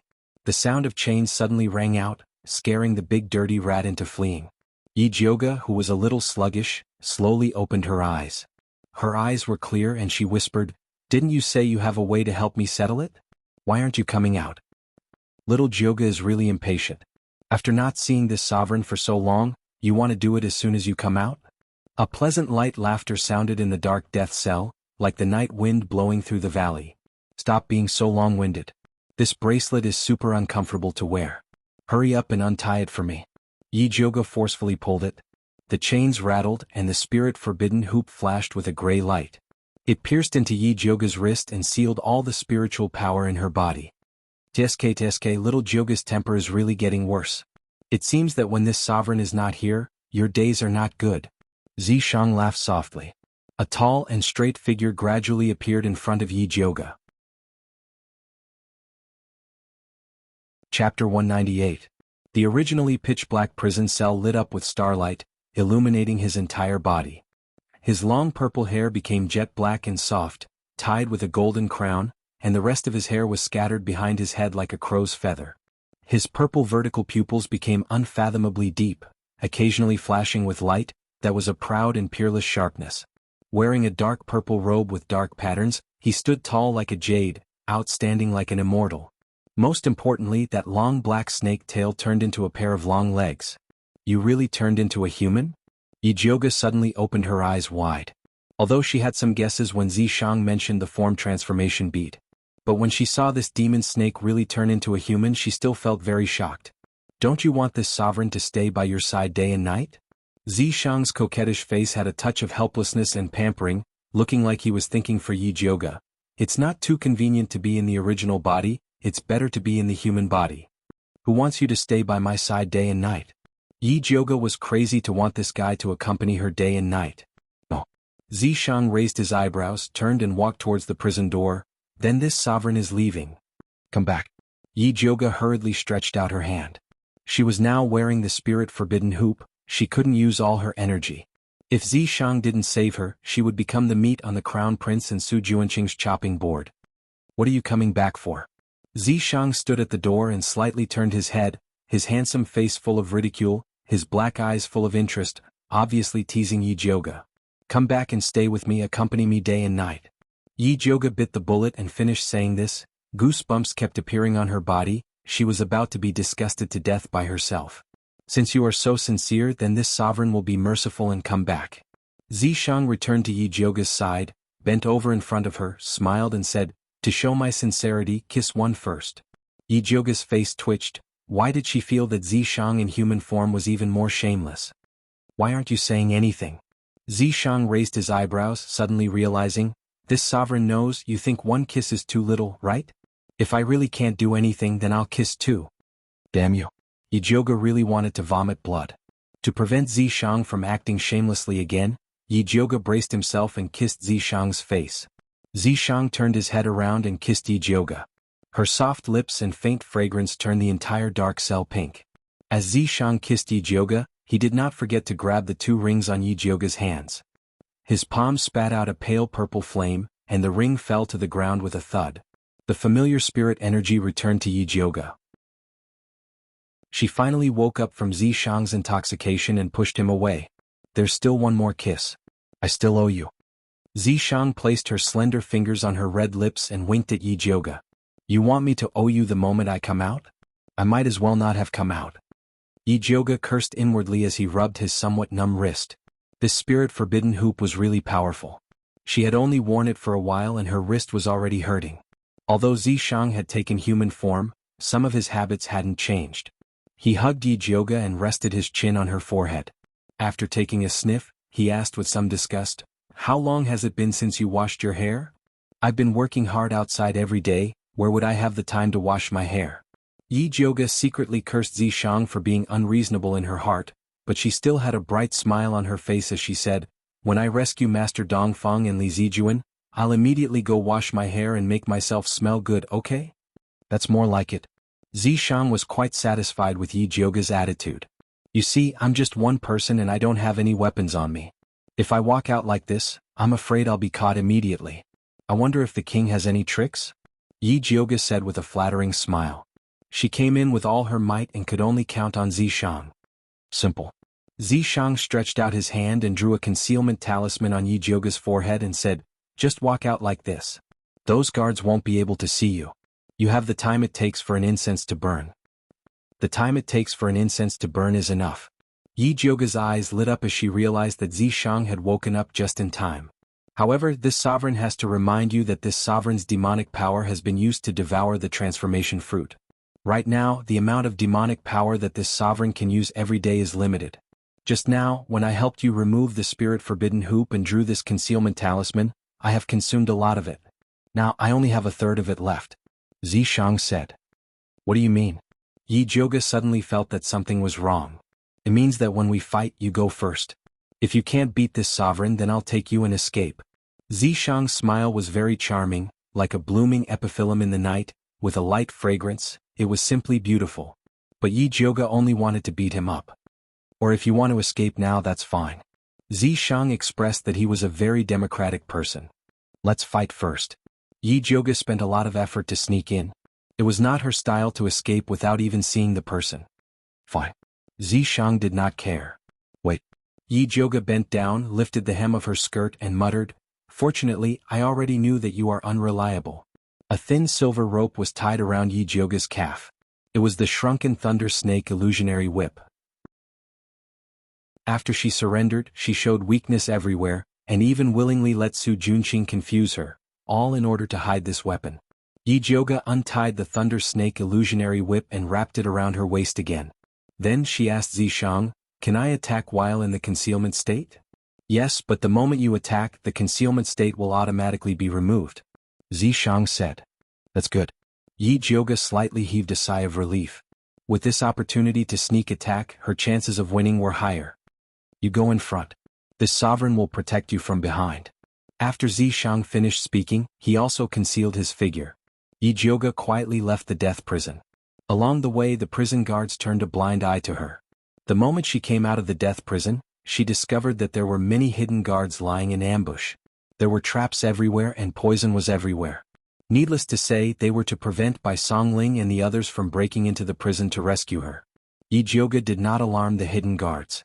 Instead, she tiptoed towards the medicine refinement pavilion. The guards along the way were very strict. When she arrived near the medicine refinement pavilion, there was a guard every 10 steps. If not for Zishang's concealment talisman, it would have been extremely difficult for her to get close to this place. Yi Jioge avoided the guards and quietly entered Dongfang Yao's room. The room was filled with the strong smell of medicine. Dongfang Yao was lying on the bed. His old face was dark and his breathing was weak. Su Junqing and Xiong Yunhu stood by Dongfang Yao's bed and talked. Yi Jioge hid in the dark and couldn't help but frown. The concealment talisman only lasted for the time it takes for a joss stick to burn. If the two of them kept talking, it would be troublesome. Chapter 199. Although Yi Jioga had never fought with Xiong Yunhu, she knew from Lu Yunfei's words that he was a tough one. She had no confidence in a one-on-one fight, and with Su Junqing added, she would definitely lose. She had to think of a way to lure Su Junqing away. At this moment, Zishang's finger suddenly landed on Yi Jioga's back. She didn't know what he was drawing, but it was ticklish. Yi Jioga's face darkened. At this time he was still trying to take advantage of her. Could he please look at the location? Zishang seemed to have guessed Yi Jioga's thoughts, and knocked her head before starting to draw again. After Yi Jioga calmed down, she realized that Zishang was drawing the word, wait. Alright. Since Zishang wants to wait, then let's wait. Hopefully they can finish their conversation quickly. Su Junqing didn't know that Yi Jioga was secretly peeping. He was reporting the news of Yi Jioga to Xiong Yunhu. Yi Jioga has already put on the spirit forbidden hoop and is locked in the death prison. I have set up many traps in the surroundings. If Bai Songling and the rest rush over to save them, I guarantee that they won't be able to escape. I don't care what happens to Bai Songling and Wan Ziang, but those two blood-clothed Miao people and Yi Jioga must be left to me. Xiong Yunhu said coldly. Ever since Elder Ancestor devoured the blood-clothed Miao people's tribe leader, he realized that he was tricked by that tribe leader, and many of his bloodline secrets were leaked. Elder Ancestor had sent a few people to search for the remaining members of the blood-clothed Miao people, but there were no results. If he could bring these two people back to Elder Ancestor, it would be a great merit. But Lu Yunfei and Old Jiang are both dead. Can you bring so many people alone? Su Junqing frowned and said disapprovingly, don't forget, our mission is to bring Dongfang Yao back to Elder Ancestor as a primer. He spent a lot of effort to rope in Zhang Peng, and only then did he succeed in poisoning Dongfang Yao. This poison was made by Elder Ancestor using his own blood essence and Snow Spider King poison. There was only one portion in this world, there wouldn't be any more. You don't need to worry about this, just mind your own business. Xiong Yunhu grabbed Su Junqing's shirt and lifted him up fiercely. He even dared to snatch Lu Yunfei's things, let alone Su Junqing, an outer disciple. If not for the fact that this person was still useful, just based on what he had said just now, he would have died without a doubt. Senior brother, please calm down. Junior brother was wrong. Su Junqing felt Xiong Yunhu's ferocious gaze and shivered in fear. Previously, he thought that Lu Yunfei was the one in charge of the overall situation. It was only later that he found out that the real main force was this Xiong Yunhu. Xiong Yunhu was the eldest disciple of Forefather Bloodthirsty. He had received all the teachings of the Forefather. He was a cruel and ruthless person, and he would often kill people and bleed them to cultivate. He was a terrifying person in Bloodthirsty sect. Xiong Yunhu finally let go of Su Junqing. Su Junqing didn't even dare to tidy up his clothes. He immediately smiled apologetically and said, Senior brother, Junior brother was also worried that something would go wrong. That's why he said the wrong thing. I hope Senior brother can be magnanimous and not lower himself to Junior brother's level. Alright, less nonsense. I'll give you an hour to find Lu Yunfei's body. Otherwise don't blame me for falling out. Xiong Yunhu grinned. His snow-white teeth were even scarier than a shark's. Lu Yunfei was one of the top 10 experts in Bloodthirsty sect. Her body was also an excellent material for blood refinement. If he could absorb Lu Yunfei's body, his cultivation would definitely increase by another level. Unfortunately, he still had to look after Dongfang Yao, an important target. Otherwise he would go himself. Yes, Junior brother will go now. Su Junqing nodded repeatedly. He understood Xiong Yunhu's meaning very well. If he couldn't bring Lu Yunfei's body back to Xiong Yunhu, he would kill himself. Scram. Xiong Yunhu impatiently waved his hand and sat cross-legged on the floor. He took out a blood bottle from his storage bag and drank a few mouthfuls. Then he greedily looked at the unconscious Dongfang Yao. If Dongfang Yao wasn't poisoned and only the Forefather had the antidote, he really wanted to secretly drink a few mouthfuls. After all, with Dongfang Yao's cultivation, every mouthful of blood was essence. Su Junqing obediently left the room. He looked back at Xiong Yunhu's back with eyes full of hatred. If it weren't for the fact that he was too weak right now, he would definitely kill Xiong Yunhu. Once he gets the cultivation technique bestowed by the Forefather, he will definitely trample on these people. Yi Jioga had been quietly lying by the side. After Su Junqing left, she took out the lightning snake illusionary whip from her waist and dripped blood onto the snake's mouth. She silently said in her heart, Demonic power, unseal. After sucking the blood, the lightning snake illusionary whip slowly opened its blood-red eyes. Compared to the previous berserk attacks, the silent lightning snake illusionary whip was much more dangerous. It was silent and undetectable, like a poisonous snake hiding in the grass, ready to deal a fatal blow at any time. Yijioga didn't hastily attack. She only had one chance. She had to find the right time and hit the target. Although Xiong Yunhu was cultivating, he still paid a bit of attention to the situation outside, ready to deal with any sudden incidents. Just as he was about to end his cultivation, he relaxed a little. At this moment, his heart suddenly twitched, startling him so much that he immediately opened his eyes. Every time he felt this kind of palpitation, he would encounter danger. The stronger the palpitation, the heavier the danger. In his early years, when he hadn't finished cultivating the blood sea technique, he often had this feeling. But ever since he killed the obstacle in front of him and became the eldest disciple of the bloodthirsty ancestor, he didn't have palpitation anymore. Xiong Yunhu didn't dare to underestimate his intuition for danger, so he immediately raised his guard. Suddenly, a wave of extremely terrifying spirit energy exploded from behind him, accompanied by a faint demonic aura. It covered the sky and drowned him. Xiong Yunhu immediately activated the red protective light and dashed to the side. But the attack was too fast and too close. He didn't have a chance to dodge. The red protective light just rose up and was smashed. Xiong Yunhu felt like a sharp blade had stabbed into his back. The huge force shook his internal organs, causing his blood energy to surge. His body flew up involuntarily, creating a big hole in the wall. After Yijioga attacked, the hidden aura was automatically removed. Although that attack had used up most of her spirit energy, she still didn't dare to relax. The lightning snake illusionary whip rose again, turning into a purple lightning snake that lashed at Xiong Yunhu. Boom. This time, it hit a thick cloud of blood mist. Xiong Yunhu stood up from the wall in a sorry state. His shirt was destroyed by the attack just now, revealing his body covered in blood. Especially his back, there was a huge scorched black scar. It was so deep that bones could be seen, and it was extremely hideous. It covered more than half of his back, and even his internal organs could be vaguely seen. Yijioga, why is it you? Aren't you wearing the spirit forbidden hoop? Xiong Yunhu never thought that Yijioga would sneak attack him from behind. Yijioga saw that Xiong Yunhu had already activated his defense, so it was impossible for him to sneak attack again. She said to provoke him, "You can't even guess why I'm here. You deserve to be killed."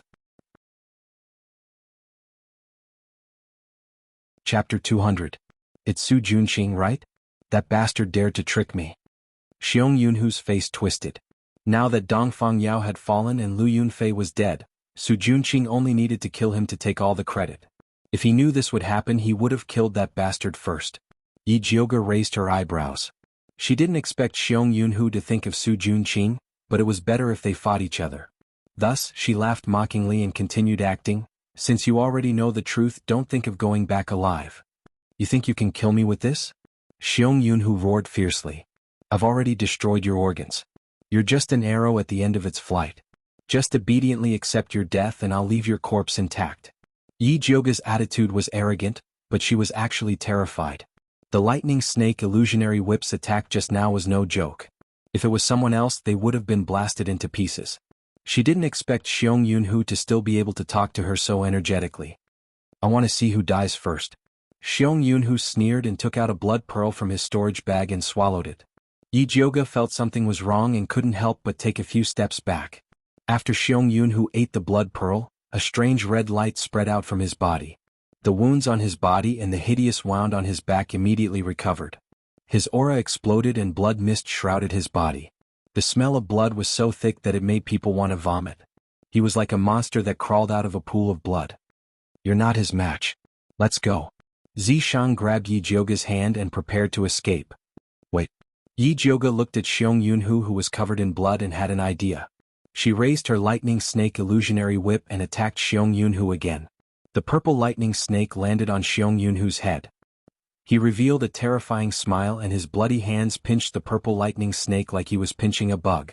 He pulled hard and the purple lightning dissipated. Yijioga's face instantly paled. The Xiong Yunhu was too terrifying. After using the blood pearl, he had already reached the realm of a spirit master. "Go die." After Xiong Yunhu crushed Yijioga's purple lightning snake, he grinned fiendishly and stretched out his hand. The bloody mist condensed into two bloody hands that covered her head. Yijioga wanted to escape, but he discovered that Xiong Yunhu's blood mist had locked onto him, and he was unable to move. At the critical moment, Zishang grabbed Yi Jioga's waist and quickly retreated. They broke through the wall and left the room. Xiong Yunhu was stunned. He never expected that someone would rescue Yi Jioga right under his nose. He was already on the verge of exploding, and now he was even more enraged. With a roar, he gave chase. Yi Jioga jumped onto the highest floor of the alchemy pavilion and shouted with all his might, "The evil cultivator Xiong Yunhu is plotting to kill Master Dongfeng, quickly protect him."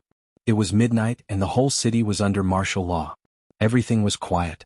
Yi Jioga's voice exploded like a clap of thunder, resounding through the clouds. Not only was the entire alchemy pavilion alarmed, even the commoners in the city couldn't help but come out to see what was going on. After Yi Shanshan was awakened by Yi Jioga's voice, she immediately put on her clothes and rushed to Yi Yuxuan's side. She asked in bewilderment, "Father, didn't you say that big sister was locked in the dungeon with the spirit forbidden hoop? How did she escape?" "Who knows how she escaped? Go find the crown prince, I'll go take a look." Yi Yuxuan's expression was extremely ugly. He had a premonition that something bad must have happened. "Father, you must be careful," Yi Shanshan worriedly warned. "Go quickly." After Yi Yuxuan finished speaking, he swung his sleeves and left. Yi Shanshan immediately went to the Rising Heaven Pavilion to find the crown prince. Just as she entered the courtyard, she heard his angry voice, "Where did Su Junqing go?" "Your Highness, this subordinate brought people to search the entire alchemy pavilion, but we couldn't find young Master Su. The guards also said that they didn't see him leave." The guard leader reported in fear and trepidation. Continue searching for him for me." The crown prince's face was ashen. He wanted nothing more than to tear Su Junqing's corpse into 1,000 pieces. Yi Shanshan leaned against the door and advised from afar, "Your Highness, please calm down. Don't get angry and harm your body." "Speak, did you release Yi Jioga?" The crown prince's nostrils spewed hot air as he uncontrollably grabbed Yi Shanshan and roared, "Your Highness, our Yi mansion has already severed all ties with Yi Jioga. How could we release her? My father has already gone to the alchemy pavilion to capture her. Before he left, he specifically told me to find your Highness for help." Yi Shanshan was so scared that her entire body was trembling as she quickly explained. The crown prince's chest violently heaved a few times. Finally, he suppressed his anger and roared, "Someone, go to the alchemy pavilion." Outside the alchemy pavilion, Yi Yuxuan and Gong Honglei bumped into each other. "Grandmaster Yi, this Yi Jioga couldn't have been released by you, right?" Gong Honglei said half jokingly and half seriously. He didn't know that Yi Yuxuan and Yi Jioga's relationship was bad, so he used a normal father-daughter relationship to measure it. He felt that Yi Yuxuan couldn't just watch his own daughter go to jail. "If I released her, then I'll be struck by lightning and die a horrible death," Yi Jioga replied in a bad mood. Gong Honglei was shocked. He didn't expect Yi Yuxuan to swear such a deadly oath. He immediately felt a bit awkward and quickly changed the topic. "Forget it, we'll know who released her once we catch her." "That's right." Yi Yuxuan also wanted to know who else in the alchemy pavilion would dare to help Yi Jioga.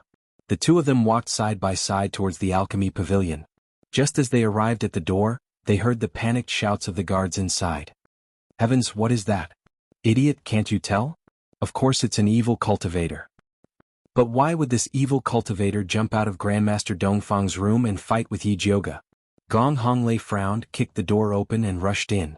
In the open space in front of the alchemy pavilion, he saw a tall blood man with evil aura chasing after Yi Jioga. Yi Jioga's body seemed to be pulled by someone, swaying left and right in a mess, but he was always able to escape the blood man's pursuit. "What are you looking at? Are your dog eyes blind? Can't you tell who the evil cultivator is?" Yi Jioga dodged while pointing at the guards and scolding, "Grandmaster Dongfeng really raised you for nothing. It's not enough that you let a wolf into the house, you see the real culprit and you don't dare to catch him. When Grandmaster wakes up one day, he'll definitely twist all your heads off and kick them around like balls." The guards were all dumbfounded. Yi Jioga was the target that the Crown Prince and Zhang Peng had personally ordered to capture. If they helped her, wouldn't that be a rebellion? But that blood man was really too strange. "What are you still standing there for? Capture that blood man and Yi Jioga for me," Gong Honglei shouted. Only then did the guards come back to their senses. They raised their weapons and rushed forward. However, they all rushed towards Yi Jioga.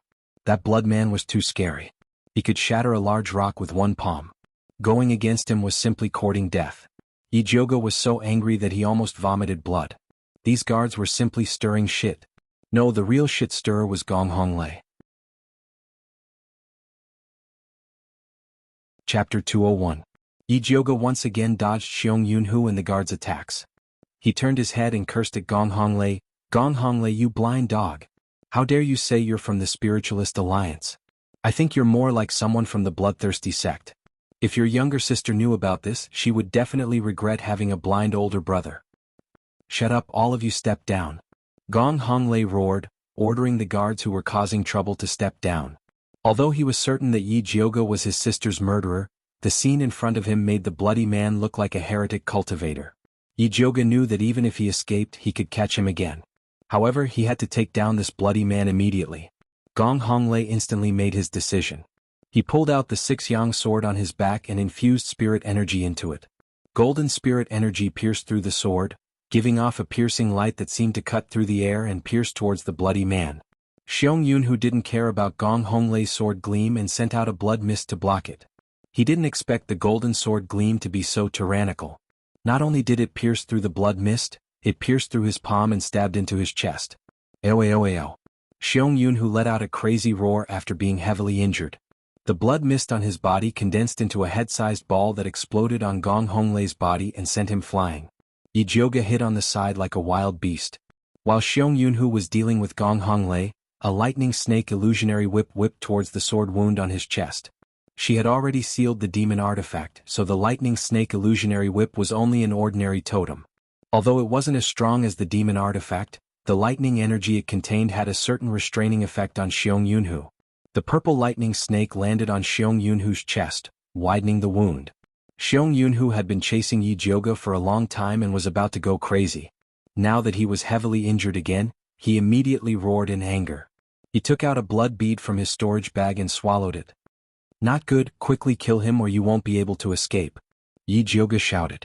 One blood bead was enough for Xiong Yunhu to reach Spirit Master level. Now that he swallowed another one, it would be even more dangerous. Yi Yuxuan had been watching the battle from the side. When he heard this, he frowned and silently walked towards the door. He had only come here to take care of the evil girl Yi Jioga. He did not want to get involved in this mess. Most importantly, he instinctively felt that the bloody man was very dangerous. He was no match for him, so it was better for him to escape first. At this moment, Xiong Yunhu, who had swallowed the 2 blood pearls, had undergone a shocking transformation. His muscles suddenly swelled up and his entire body swelled up. The skin and flesh on his body ruptured and blood spurted out. The blood did not flow along his muscles to the ground. Instead, it fused into his protective blood mist. The blood mist spread wildly, instantly enveloping the entire alchemy pavilion. Yi Yuxuan was startled.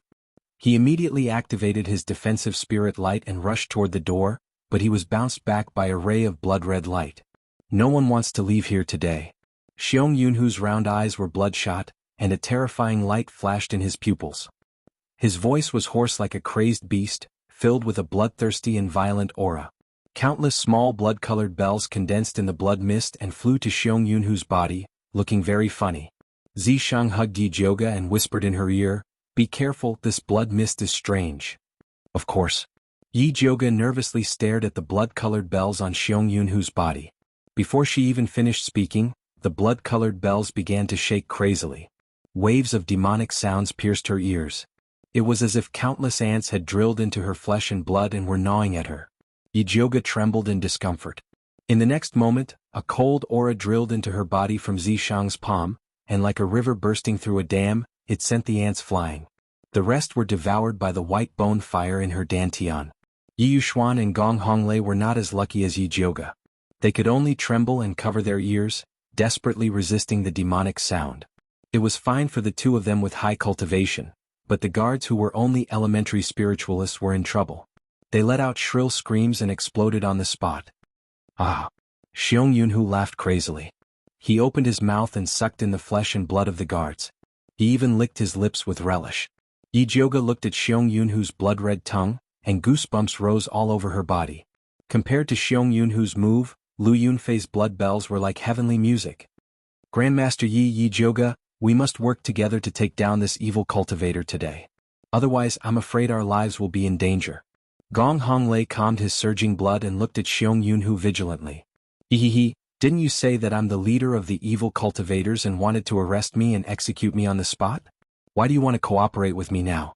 Aren't you afraid that if word gets out, people will say that you're an accomplice of the evil cultivators? Yi Jioga sneered and mocked without holding back. Yi Jioga, don't be too proud. Even if this Xiong Yunhu is really an evil cultivator, it's hard to say that you're not his accomplice. Maybe you're not even dividing the spoils and are trying to take advantage of him. Gong Honglei scolded. According to what you said, I shouldn't help you even more. Yi Jioga was really angered by Gong Honglei's words. If you don't want to help, then don't. Gong Honglei angrily raised his sword and flew towards Xiong Yunhu. He was able to join the Spiritualist Alliance not only because of the Gong family's background, but also because of his talent in swordsmanship. He was already a level 2 sword master and had a certain level of mastery in the Gung metal sword technique. Under the same cultivation level, sword cultivators were the strongest, which was why he had such a fiery temper. I'll help you. After Yi Yuxuan was unable to break through the blood mist several times, he had already understood the situation. If they didn't kill this evil cultivator, they wouldn't be able to leave this place. He decisively took out a palm-sized fire gourd, which contained the flames he had collected over the years. Although it couldn't compare to the spiritual fire of heaven and earth, it was still very magical. If it wasn't for the fact that the situation was critical, he wouldn't have taken it out. Yi Yuxuan injected spirit power into the fire gourd, and a greenish-red flame shot out, stabbing towards Xiong Yunhu along with Gong Honglei's sword light. The golden sword light with the greenish-red flame broke through the thick blood mist and rushed forward with an unstoppable momentum. Seeing this, Yi Jioga hurriedly controlled the Thunder Snake illusionary whip to follow behind them. It's useless, save some spirit power. Zishang said lazily. In such a tense situation he was like an outsider, covering his mouth and yawning from time to time. If you don't want to help, then forget it. Don't pour cold water on me. Yi Jioga scolded. Not only was Zishang not angry, he even said lewdly, Fine, you can speak if you have big breasts. Chapter 202. Sarcasm. This was blatant sarcasm. Although Yi Jioga had started to develop recently, she was still far from having big breasts. If not for the situation being dire, Yi Jioga really wanted to beat Zishang to death. Unfortunately, she was no match for him. In her anger, Yi Jioga turned her humiliation into strength and whipped a purple lightning snake at Xiong Yunhu. Insignificant tricks, you dare to be impudent. Xiong Yunhu waved her hands and dispersed Yi Jioga's purple lightning snake. Yi Jioga's whip was just to make up the numbers.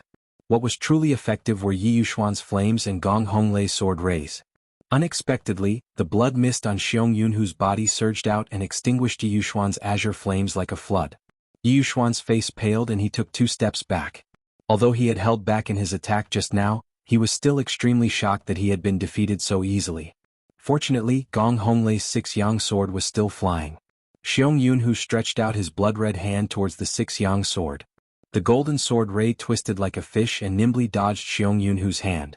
Yi Jioga's eyes lit up when she saw Gong Honglei's sword ray break through the defense. Go! Gong Honglei shouted and controlled the 6-yang sword to stab at Xiong Yunhu's eyes. Unexpectedly, Xiong Yunhu suddenly opened his mouth and bit the 6-yang sword. There was a cracking sound. The sound of the sword breaking could be heard. Xiong Yunhu actually bit Gong Honglei's 6-yang sword into pieces. The 6-yang sword was connected to Gong Honglei's aura, so the sword's destruction also damaged his vitality. His face was pale as he staggered back a few steps and spat out a mouthful of blood. Haha, I want to taste what a sword cultivator tastes like. Xiong Yunhu chewed the 6-yang sword and spat it to the side. The large palm flew towards Gong Honglei. Gong Honglei took out a stack of talismans and threw them at the large palm. Boom, boom, boom, boom.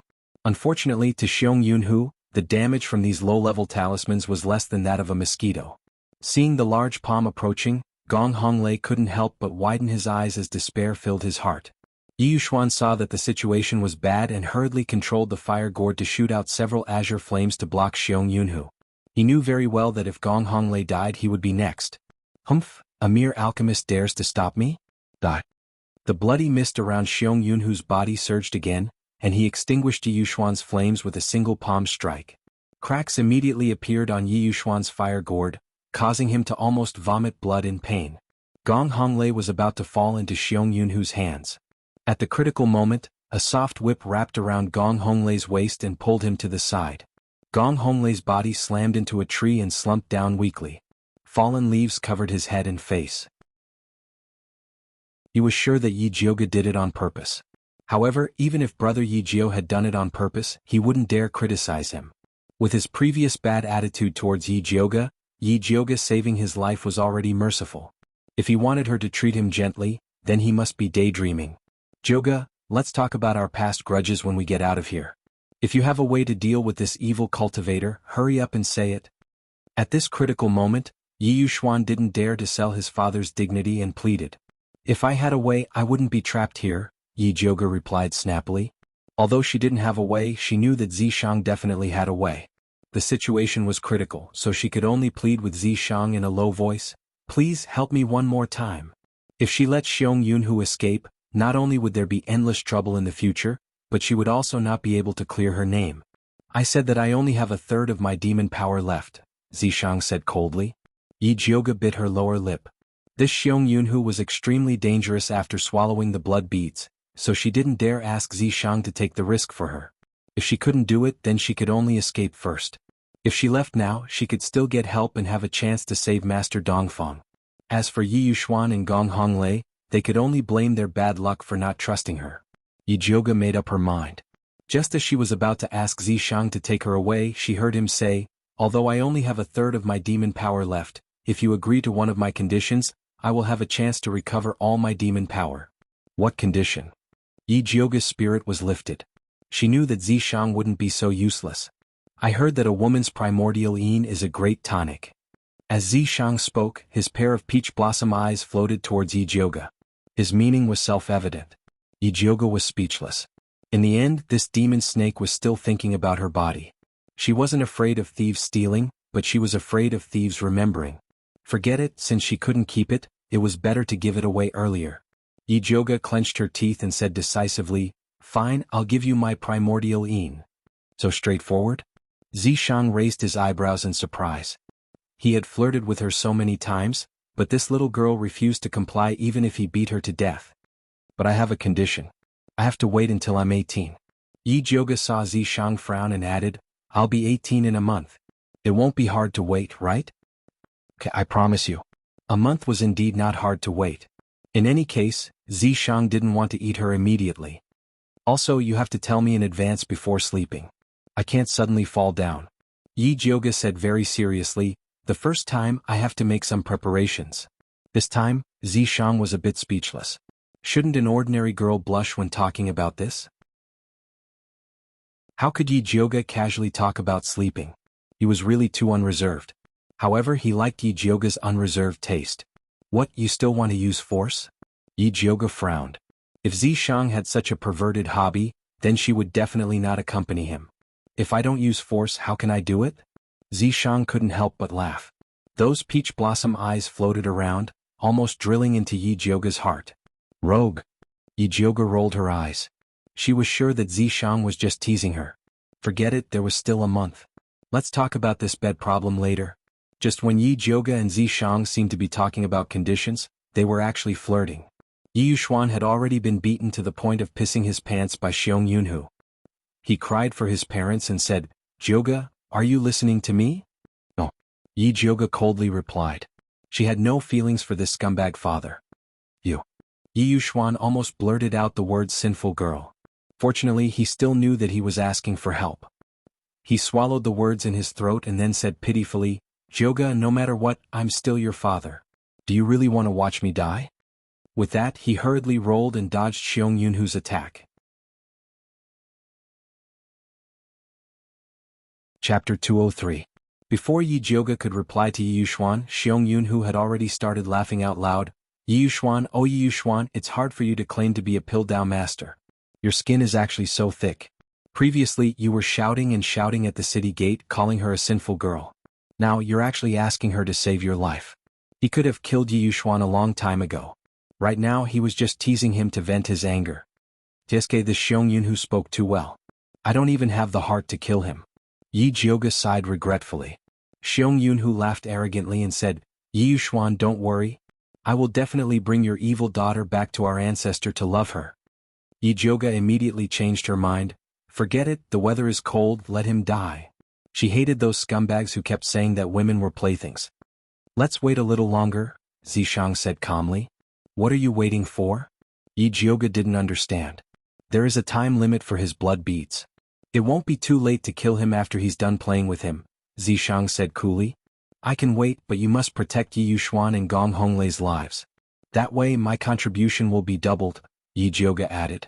Otherwise, if the people of Alchemy City rushed in and saw a pile of corpses, they would blame her again. Sure, Zishang said indifferently. In his eyes, Yi Yuxuan and Gong Honglei were just two ants. Since Xiao Jioga said he would stay, then he would. I've played enough. Xiong Yunhu naturally knew that his blood transformation time was limited. However, he felt that the overall situation was under his control and that no one in Alchemy City was his opponent. This was why he was in the mood to tease Yi Yuxuan and Gong Honglei. Seeing that it was almost time, and the two of them were already half dead, it was time to call it a day. With this thought in mind, Xiong Yunhu shot out two extremely viscous blood swords that flew towards Yi Yuxuan and Gong Honglei. These two blood swords were even more powerful than Lu Yunfei. As long as one was scratched by it, they would immediately turn into two streams of blood and be sucked into the Xiong Yunhu's stomach. Yi Yuxuan collapsed to the ground, gasping for breath. He no longer had the strength to dodge the blood sword. Gong Honglei barely raised his arm, but unfortunately, that bit of spirit force couldn't stop the blood sword at all. Quick, save him. Yi Jioga anxiously pulled Zishang's sleeve and said, If they die, then don't blame me for breaking the contract. What's the hurry? Zishang rolled his eyes at Yi Jioga. He lazily raised his hand and opened and closed his jade-white palm. An incomparably powerful aura shot out from his palm. Two whooshing sounds were heard. Yi Yuxuan and Gong Honglei's bodies were like marionettes, flying diagonally backwards. Two blood-red swords pierced through the place where they had just been, creating two large holes. Yi Yuxuan's eyes lit up. He knew that Yi Jioga had saved him.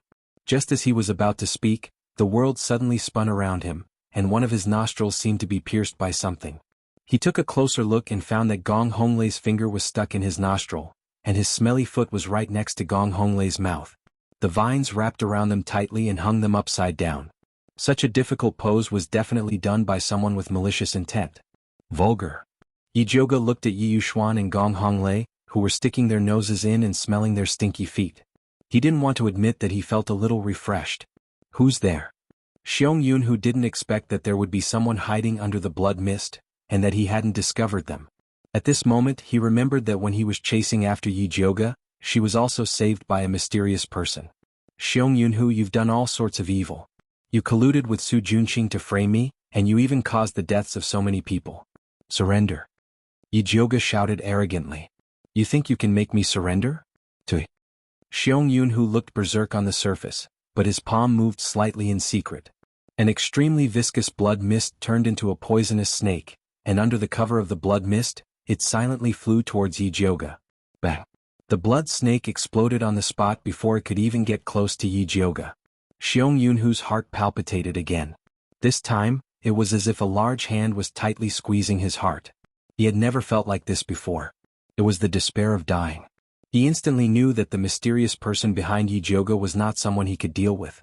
He immediately roared, and the blood mist around his body turned into countless sharp swords that shot towards Yi Jioga like a torrential storm. This was his final trump card, the myriad blood arrow. He usually used it to kill his enemies, but this time he used it to escape. Xiong Yunhu didn't even dare to look at the result of using this move.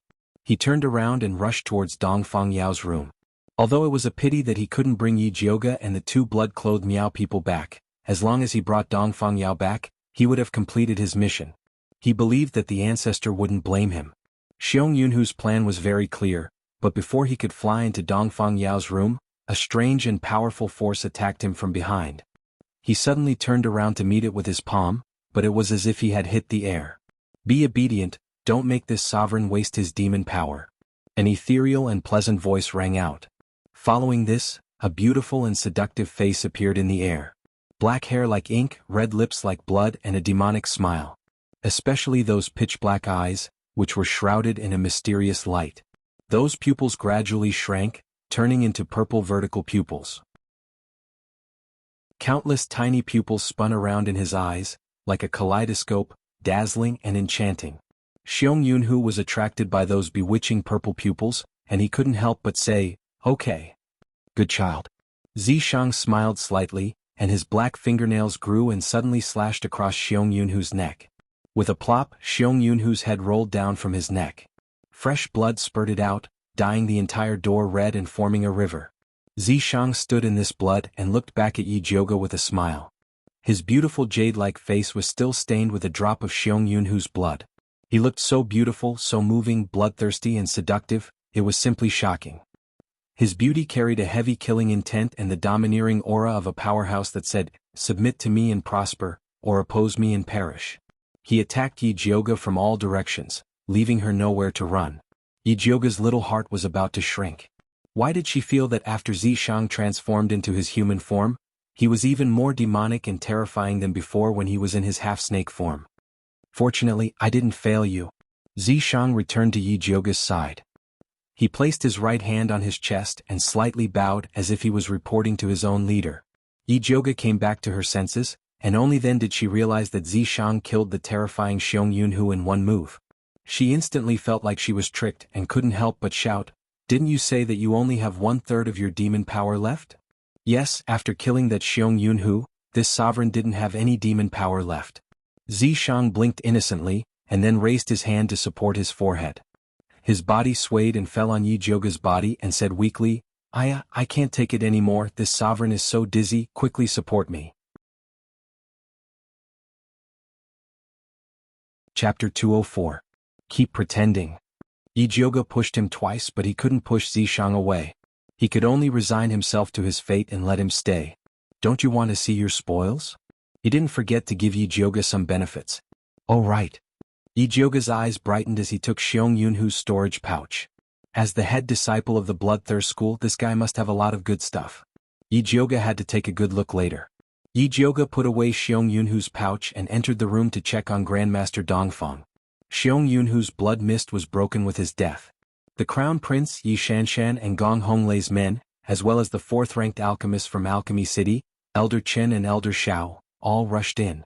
The originally beautiful alchemy pavilion had turned into hell. The ground was littered with broken limbs and the stench of blood was nauseating. "Grandmaster Yi and young Master Gong are over there." Elder Chen's sharp eyes immediately saw the half-dead Yi Yuxuan and Gong Honglei hanging from a tree. "Grandmaster Yi, young Master Gong, are you two all right?" Everyone rushed to save them. "Brother Honglei, where did Yi Jioge go?" The Crown Prince squeezed in front of Gong Honglei and asked while reaching out to help him. Gong Honglei avoided the Crown Prince's hand and stood up with his trusted sword boy's shoulder. He coldly said, "Young Miss Yi is protecting Grandmaster Dongfeng.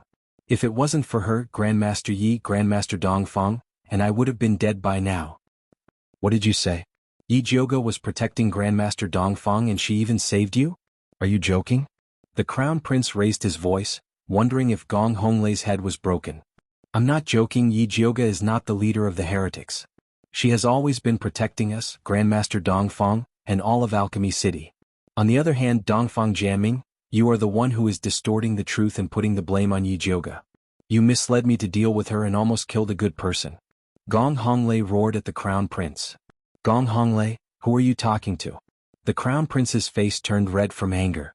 Other than his father, no one dared to call him by his name. "Of course I know who I'm talking to. You're the B*TCH who let Xiong Yunhu in and caused Master Dongfeng to be poisoned. What the F*CK are your intentions?" Gong Honglei was still scared when he recalled the scene just now. He was so close to dying on the spot. He was about to lose his life, so why would he care about who the Crown Prince was? Of course he would scold him as he pleased. The Crown Prince was so enraged by Gong Honglei that his face and neck turned red. He loosened and clenched his fists on the verge of exploding. "Alright, everyone stop talking. Xiong Yunhu is extremely well hidden, and His Highness the Crown Prince didn't let him in on purpose. Let's hurry up and go in to see Master Dongfeng." Yi Yuxuan struggled to stand up. "Father, is it really Yi No big sister who killed that evil cultivator and saved you?" Yi Shanshan and the Crown Prince stood at the entrance of the alchemy pavilion. That blood-red light was extremely terrifying. No matter how hard they tried, they couldn't blast it away. One could only imagine how terrifying the evil cultivator who laid down this layer of bloody light was. She did not believe that Yi Jioge could kill such an evil cultivator. If Yi Jioge really had that kind of ability, he wouldn't have been forced to surrender. Although she didn't personally kill him, the expert who did it must have a great relationship with her. When you go in later, you must be very respectful. Don't anger the expert. Yi Yuxuan warned Yi Shanshan sternly. He was hanging upside down on the tree just now, so he couldn't see very clearly. He only saw a purple shadow flash where Yi Jioga was, and 5 breaths later, Xiong Yunhu's head fell to the ground. The whole process happened in the blink of an eye, so fast that it was unimaginable. It was like a dream. He didn't see the expert's appearance clearly. He only saw Yi Jioga casually put away Xiong Yunhu's storage bag. Only then did he believe that the expert and Yi Jioga had an affair, or else he wouldn't have allowed her to plunder his spoils of war. Yes, I understand. Yi Shanshan replied obediently.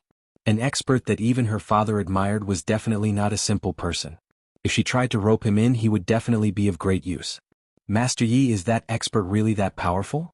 The crown prince had been rejected by Gong Honglei, so he could only come to Yi Yuxuan to inquire about the news. Young Master Gong and I were beaten by Xiong Yunhu without any ability to fight back. That expert made Xiong Yunhu's head fall to the ground in one move. Do you think he's powerful? Yi Yuxuan said with emotion.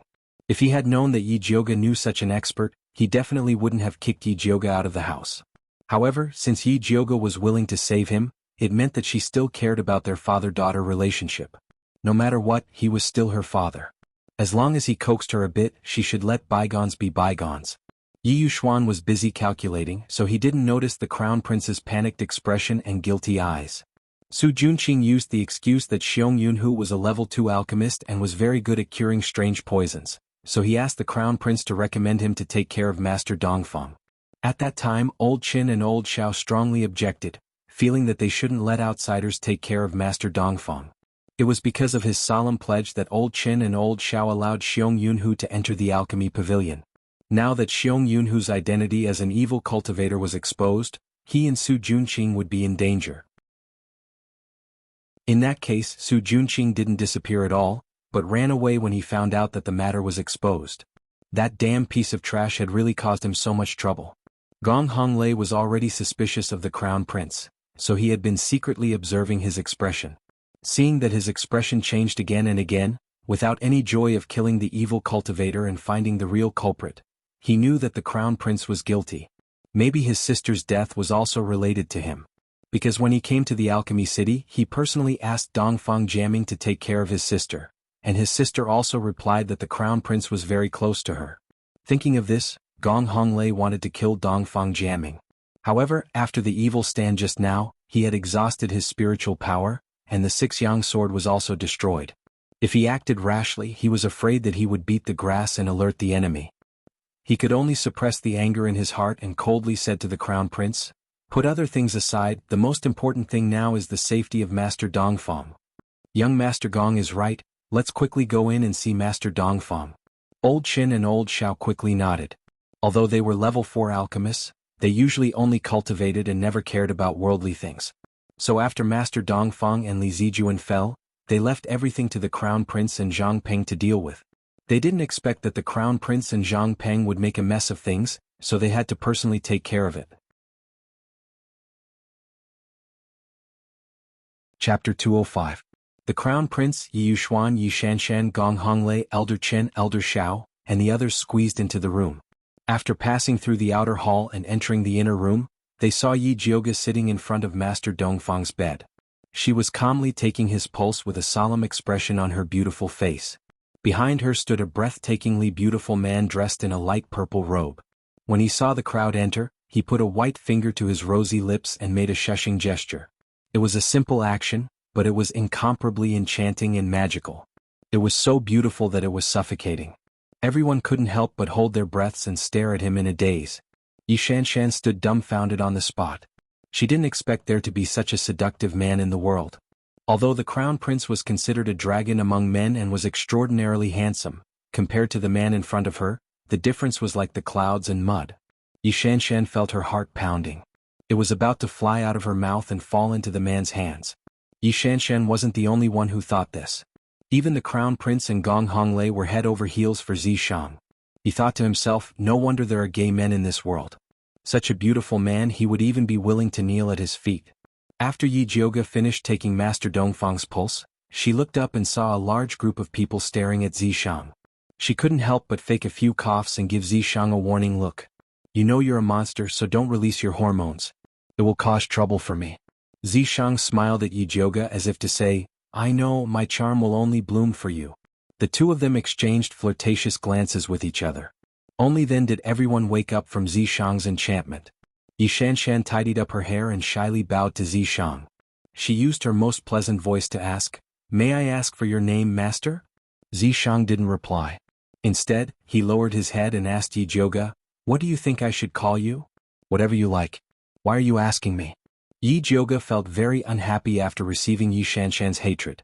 I'm your guard, so I naturally have to listen to you. Please give me a name, Mississippi. Zishang's voice was very gentle. Bestow your head to hell. Yijioga didn't think that he had the face to give Zishang a name, so he said perfunctorily, If it's convenient for you to call me by your original name, then just call me by your original name. Yijioga had considered that Zishang had always been secretive and could not be seen, so he gave him a way out. Alright, I'll take your surname then. I'll be called Yizi. Zishang smiled. The name of the Yaoma could not be easily revealed to others. In this world, besides Yijioga, no one was worthy of calling him by his name. Yizi isn't bad either. Yijioga nodded perfunctorily, then said to Yishanshan, who was completely stunned, Did you hear that? His name is Yizi. Yishanshan didn't expect this handsome man to be so loyal to Yijioga. He even wanted her to give him a name. Her heart felt like it was being stabbed by a knife. So, the master's name is Yizi. Yiyuxuan immediately let out a hearty laugh and said, Thank you for taking care of my little girl Jioga. Since you chose to have the same surname as us, we'll be family from now on. Who's family with you? Grandmaster Yi, don't forget that we're no longer related. Yijioga said with a straight face. Jioga, what happened before was father's fault. Father already knows that he was wrong. Please forgive father this once. Yiyuxuan pulled down his old face and begged. Grandmaster Yi, how could I dare to be angry at you? Even if I'm not angry, you want my life. If I'm really angry, I'll be poisoned to death by you in the middle of the night. Yijioga sneered. It's all my fault. You can scold me however you want as long as you're still willing to recognize me as your father. Yiyuxuan was in a sorry state. He was covered in mud and had a head injury. He used such a humble and pitiful tone to beg Yijioga. Everyone who saw it felt that Yijioga was too heartless. Yijioga was also very helpless against Yiyuxuan's thick skin. In the past, Yiyuxuan would fling his sleeves and walk away if he used words to pressure him. Now he was completely shameless. He wanted to beat him up, but he couldn't find an excuse to do so. It was really sullen. Jioga. Yiyuxuan wanted to continue, but he saw Zishang raise his hand. His body involuntarily flew in front of Zishang. Zishang grasped the air and lifted Yiyuxuan up. Yiyuxuan's face turned purple as he struggled with all his might. He grabbed at his neck with both hands, trying to break free from the force that was strangling his neck, but it was useless. Yizi, just teach him a lesson. Don't make it seem like you're resigned to your fate. Yijioga's tone was indifferent, fully showing her heartlessness towards Yiyuxuan. Yes. Zishang replied gently. He raised his hand and threw Yiyuxuan out. Yiyuxuan flew out like a kite with a broken string. He hung on a tree and fainted. Father. Yishanshan screamed and pointed at Yijioga angrily. Big sister, even if father is in the wrong, he is still our father. Have you forgotten the kindness of giving birth to us? How dare you do such a vicious thing to father? You. Yishanshan's words were stuck in her throat. No matter what she said, she couldn't say it. She looked at Zishang with wide eyes in horror. She couldn't believe that he would treat her like this. Noisy. Zishang calmly retracted his hand, then looked around and asked softly, Who else? The people who were swept by his gaze felt like frogs being stared at by a poisonous snake. They couldn't help but shiver and couldn't say a word. They all shook their heads desperately. What a joke. This was the person who killed Xiong Yunhu in one move. Moreover, he didn't even give face to Yijioga's father, Yiyuxuan. Who would dare to be impudent in front of him? Alright, stop scaring people. You're tired. Go and rest. Yijioga patted Zishang's arm in satisfaction. It wouldn't be good if he acted too much and caused public anger. Yes. Zishang gave him face and replied. He restrained his aura and took a step back. He was clearly still standing there, but inexplicably he didn't seem to exist. An expert. He was definitely an expert. This strange move made Elder Chen, Elder Xiao, and the others even more shocked. They couldn't figure out Zishang's background and were even more afraid of Yijioga. Whoa whoa.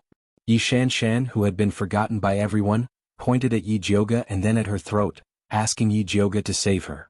If you take Grandmaster Yi away now, I will consider giving you a chance to speak. Yi Jioga's tone was very calm, but everyone could hear the threat in it. Yi Shanshan gritted her teeth and looked at Zi Shang bitterly. In the end, she turned around and took Yi Yuxuan away from the tree. Alright everyone. Let's talk about Grandmaster Dongfang now.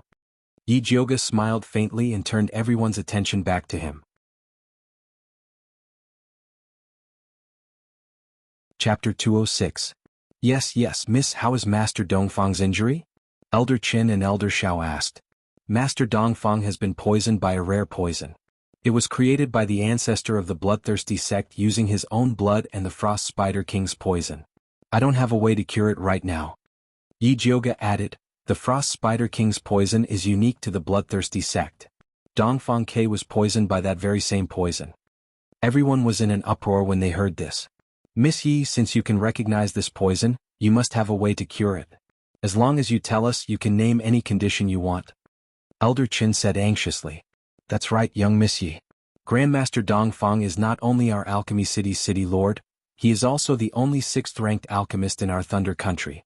If anything were to happen to him, our Thunder Country would be shaken. Elder Xiao pleaded with a bitter expression. If Master Dongfang died, Alchemy City would be gone as well. Although I can't cure Master Dongfang's poison, I can help him alleviate it. Yi Jioga said slowly. Please speak, Miss Yi. Elder Qin and Elder Zhao's eyes lit up. But the cure isn't with me, it's with my companions. You guys were so loud last night that they probably won't dare come. It was impossible for Yi Jioga not to hold a grudge after being forced into such a state by his idiotic companions. Miss Yi, we were instigated by scoundrels to blame good people. Please be magnanimous and forgive us. Yes, miss, we're willing to apologize. Miss, Master Dongfang never doubted you. Everyone apologized at the same time. There's no point in begging me. I don't have the cure. Yi Jioga stood up. His clear eyes swept across the crowd and he said coldly, you guys think of a way to invite my companions back. I'll give Master Dongfang the medicine whenever they return. Yi Jioga, how dare you joke around with my uncle's life? Aren't you afraid that he'll blame you later? The Crown Prince said angrily. Worry about yourself. Yi Jioga looked at the Crown Prince as if he was looking at a dead man. You. The Crown Prince wanted to scold him again, but he was stopped by Elder Qin. This is our fault, so we should apologize. Don't worry, eldest Mississippi. We will ask your companions to come back and save Master Dongfang with the most sincere attitude. I'll send someone to post an imperial notice right now to announce the contributions of the young miss and her companion to Alchemy City. That's right, we'll pull up a banner and apologize to the city gate. As long as they forgive us, we'll let them hit us as they please. How can we just talk and not act? I think we should just carry a thorn and ask for punishment. Yes, please accept my humble apology. Elder Qin and Elder Xiao nodded. Offering a humble apology is a good idea, but it depends on who is doing it. Yi Jioga's gaze fell upon the Crown Prince. His meaning was obvious. Audacious. I am the Crown Prince of the Thunder Country. Who dares to ask for my humble apologies? The Crown Prince bellowed out. Your Royal Highness, why are you still putting on airs at a time like this? He didn't think that Elder Qin and Elder Xiao wouldn't be afraid of him at all. On the contrary, they raised their necks and shouted, if you didn't lead the wolf into the house, Master Dongfang wouldn't have been harmed by a heretic. Let me tell you, asking for a humble apology is a light punishment. If anything happens to Master Dongfang, just wait to see his Imperial Majesty with your head. The Crown Prince was trembling with anger, but he knew that Elder Qin and Elder Xiao were telling the truth. His father had many sons. If he were to die, another would be the Crown Prince. However, his uncle was the only 6th-ranked alchemist in the entire Thunder Country. If he were to die, there would be nothing left. Fine, for the sake of saving my uncle, I am willing to offer my humble apology. The Crown Prince was a flexible person, so he immediately lowered his head. Elder Qin and Elder Zhao's expressions softened as they praised, that's right. When Master Dongfang wakes up, we will tell you everything we did for him. Thank you. The Crown Prince cupped his hands. He suddenly felt that offering a humble apology wasn't a bad idea. At the very least, it gave him a chance to redeem himself. There's no time to lose. Everyone please go ahead. Yi Jioga was determined to follow them. Elder Qin, Elder Xiao, and the others were extremely fast. The imperial board, banners, and vines were quickly prepared. The imperial board was plastered all over the streets and alleys of Alchemy City. There were even soldiers sent to patrol the streets. Everyone, including the crown prince, tied the vines around their necks and carried the banners towards the city gate. Outside of Alchemy City on a small hill, Bai Songling stared at the city gate. His mind was constantly thinking about how to sneak in and save the young miss. Why don't I go in and take a look? Yi Yu moved closer to him. Forget it. Your injuries haven't healed yet. There's no point in going in. Don't go in again. Plus, Xiang still needs your care. Bai Songling shook his head. He wasn't familiar with Luo Tian and Juni Chen, so he was too embarrassed to ask them to take care of him. The treasure-seeking scorpion waved its pincers, wanting to volunteer to go in and take a look. Unfortunately, there was no one here who could understand its beast language, so it was useless even though it was a hero. Look, there's movement at the top of the wall. Luo Tian stood up and focused his attention on the wall. Looks like a banner. Bai Songling saw it and nervously said, "Don't tell me they want to threaten us again." No. Luo Tian's eyesight was good enough to see the words on the banner. He read it out loud. Young Miss Yi and her companions are the benefactors of Alchemy City. We wrongly accused good people and deserve to die 10,000 times over. We are here to offer our humble apologies. Oh, there really are people carrying vines. Isn't that Elder Qin and Elder Xiao, 4th-rank alchemists from Alchemy City? Damn, Dongfang Jiaming is here as well. This can't be a trap, right? Bai Songling's group was in a heated discussion. They didn't dare to believe these people until Yi Jioga's arrogant voice came from the top of the wall. They have already apologized, everyone come back. Young Miss is too amazing, how did she do it? Bai Songling's eyes widened. Last night, they were forced into a miserable state by the Crown Prince and Alchemy City's people. Today they came to offer their humble apologies. This was too fantastical. If young Miss wasn't amazing, she wouldn't be our young Mississippi. Yi Yu smiled. Everyone, don't let your guard down. Be careful of traps. Luo Tian cautiously said. After years of being chased, he wouldn't easily trust others under any circumstances. Luo Tian is right. How about this, Yi Yu, you stay here and take care of Xiang. The three of us will go in and take a look. Bai Songling stuffed Lu Yunfei's storage pouch into Yi Yu's hands. Just as he was about to nag, he heard Yi Jioga's voice coming from afar. Why are you all dilly-dallying? It turned out that Yi Jioga had been waiting at the top of the wall for a long time. Seeing that Bai Songling's group didn't show up, he simply jumped down to look for them. Zishang casually followed behind Yi Jioga and appeared in front of Bai Songling's group with an arm around her shoulder. Chapter 207. Missy, this is? Yi Yu squinted at Zishang's slender and powerful palm on Yi Jioga's shoulder.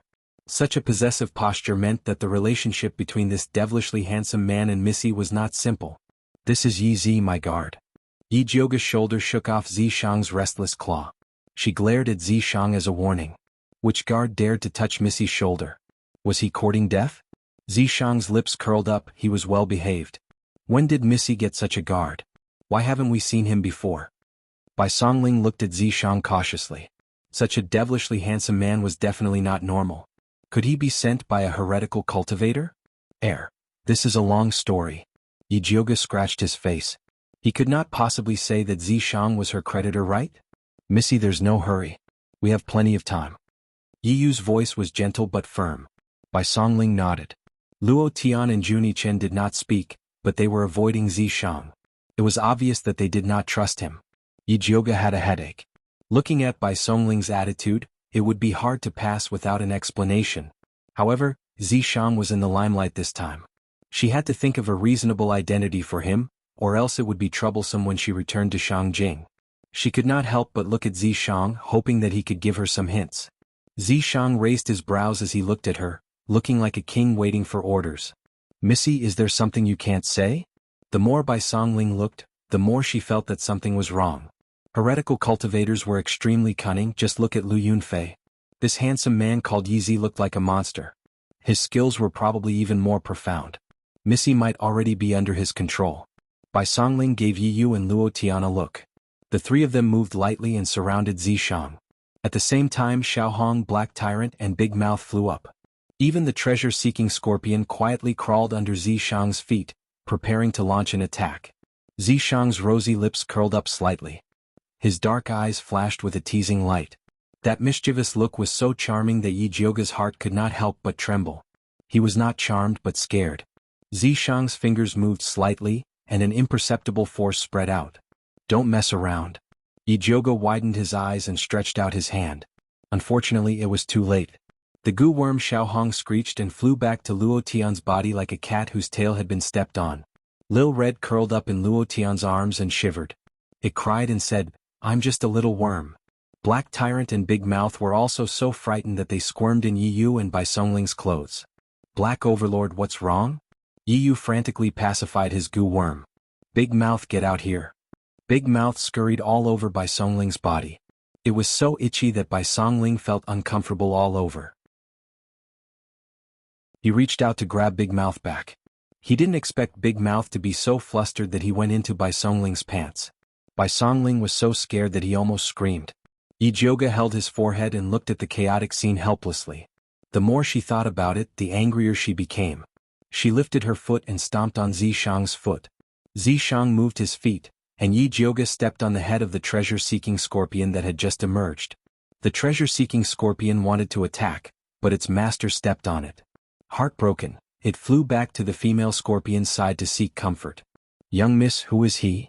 Bai Songling angrily covered Big Mouth's moving mouth.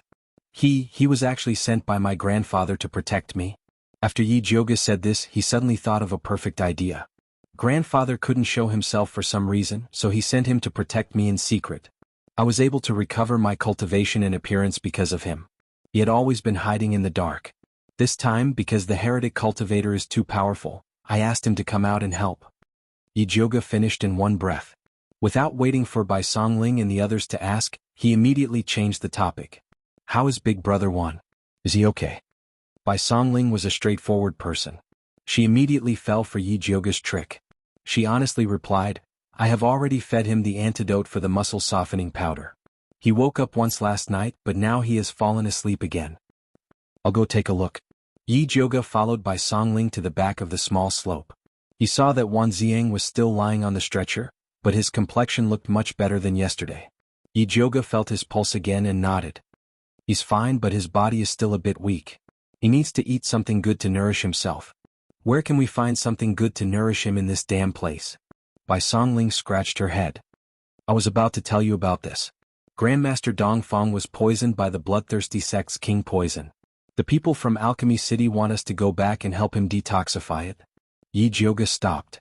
No wonder they are all holding banners on the city wall asking for forgiveness. Bai Songling suddenly realized. Then let's hurry. Right, young miss, this is your bag. See if anything is missing. Yi Yu took out the bag that Yi Jioge gave her for safekeeping. Yi Jioge glanced around. The fat black rat, the treasure-seeking scorpion couple were all there. The bronze cauldron and other things were also there. She nodded. Nothing is missing. Then she remembered something else. Right, where is Yu Dai? We secretly sent Yu Dai back to the stronghold of Alchemy City last night. Bai Songling said. It wasn't easy for a group of men to take care of a little girl, so they secretly sent her back. If they hadn't agreed to meet up with Yi Jioge outside the city, they would have wanted to stay in the city. Alright, let's go. Yi Jioge hurried back to Alchemy City with Bai Songling and the others. Elder Qin, Elder Xiao, and the Crown Prince were still anxiously waiting on the city wall. When they saw Yi Jioge's group heading straight for the Alchemy Pavilion, they quickly ran down the wall and followed. Yi Jioge returned to Grandmaster Dongfang's house and chased everyone out. Then she had Bai Songling, Yi Yu and Luo Tian guard the door, leaving only Juni Chen and Zishang behind. Little mute, can your goo detoxify Grandmaster Dongfang's poison? Yi Jioge pointed at the master. Juni Chen went forward and carefully examined Grandmaster Dongfang's eyelids. Then he pricked his finger and tasted the blood. How is it? Yi Jioge was a little nervous. If Little Mute's goo couldn't suppress the Spider King's poison, then she couldn't think of any other way. If it's just the Snow Spider King's poison, my poisonous Earth Dragon goo can still detoxify it. But after adding the blood essence of the bloodthirsty ancestor, it's beyond the range of those goo. Little Mute shook his head. What if I can force out a part of the poison in Grandmaster Dongfang's body? Yi Jioge's Thunderfire Needle could only force out a bit of the poison. The most important part still needed the poisonous Earth Dragon goo to detoxify it. Let's give it a try. Juni Chen looked like he was trying to save a dead horse. Alright, incubate the goo first and get ready. Yi Jioga took out the Thunderfire needle and pierced it into Grandmaster Dongfang's body. Then she injected spiritual energy to detoxify the poison. Grandmaster Dongfang's meridians were like mud. The Thunderfire needle had a hard time moving inside. Yi Jioga had only driven it half a circle, and she was already sweating profusely. Her spiritual energy was running out. She was about to take out a spirit recovery pill. Zishang suddenly reached out and took it.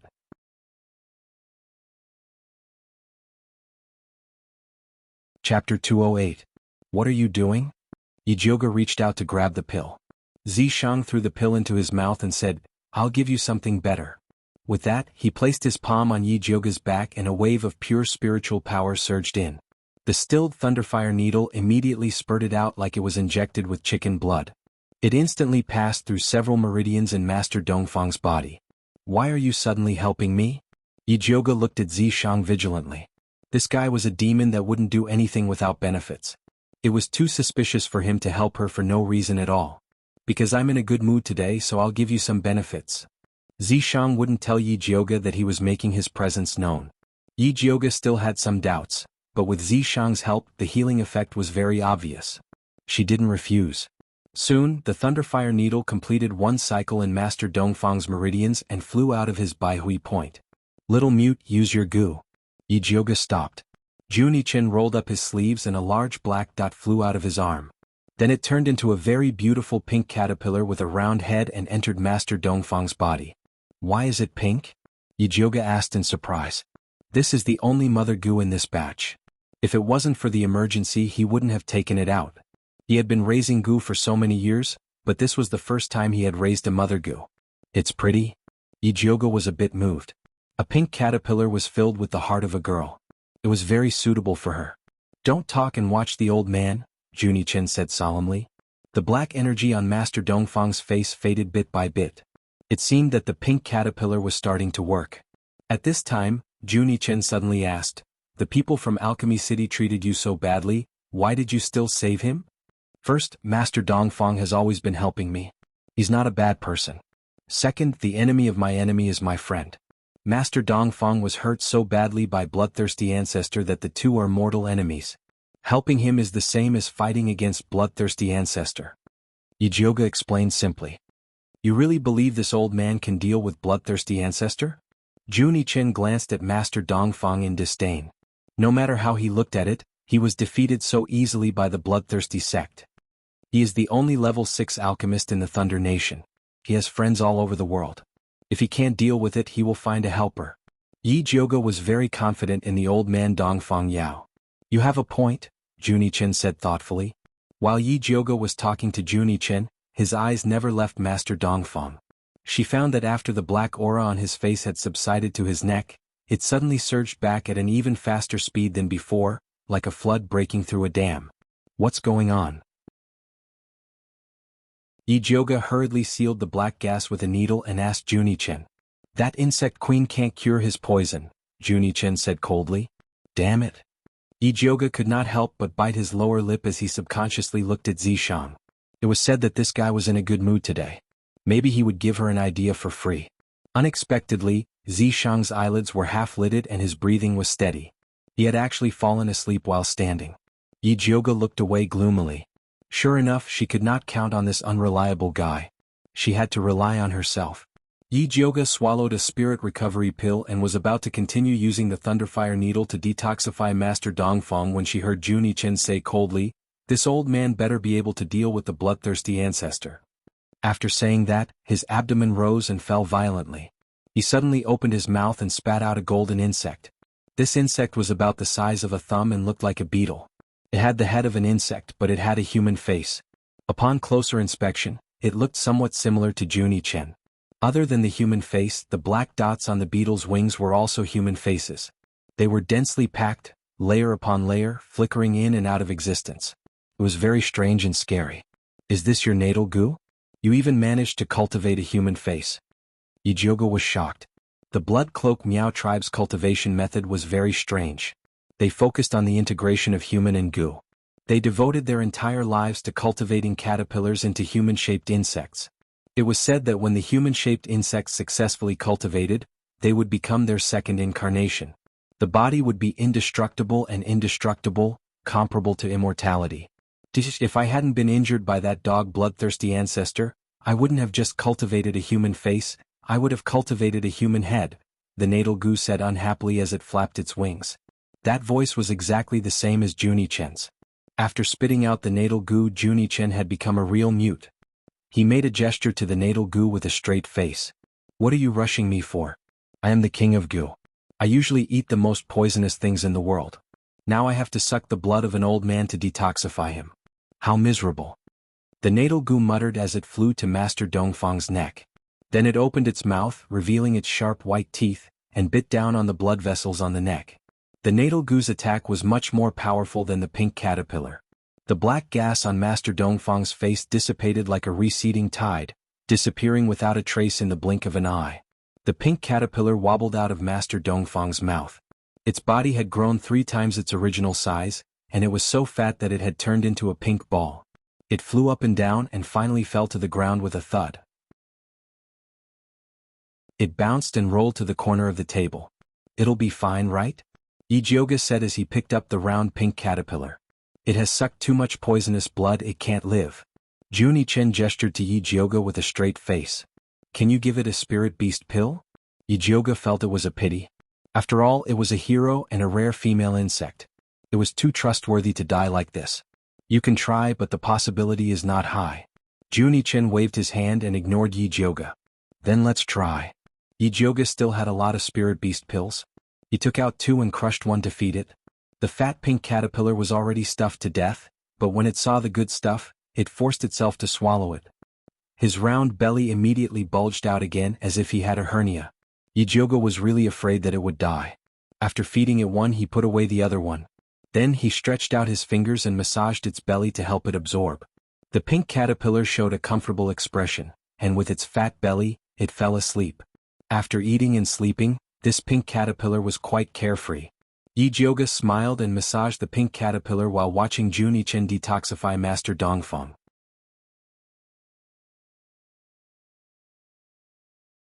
Chapter 209.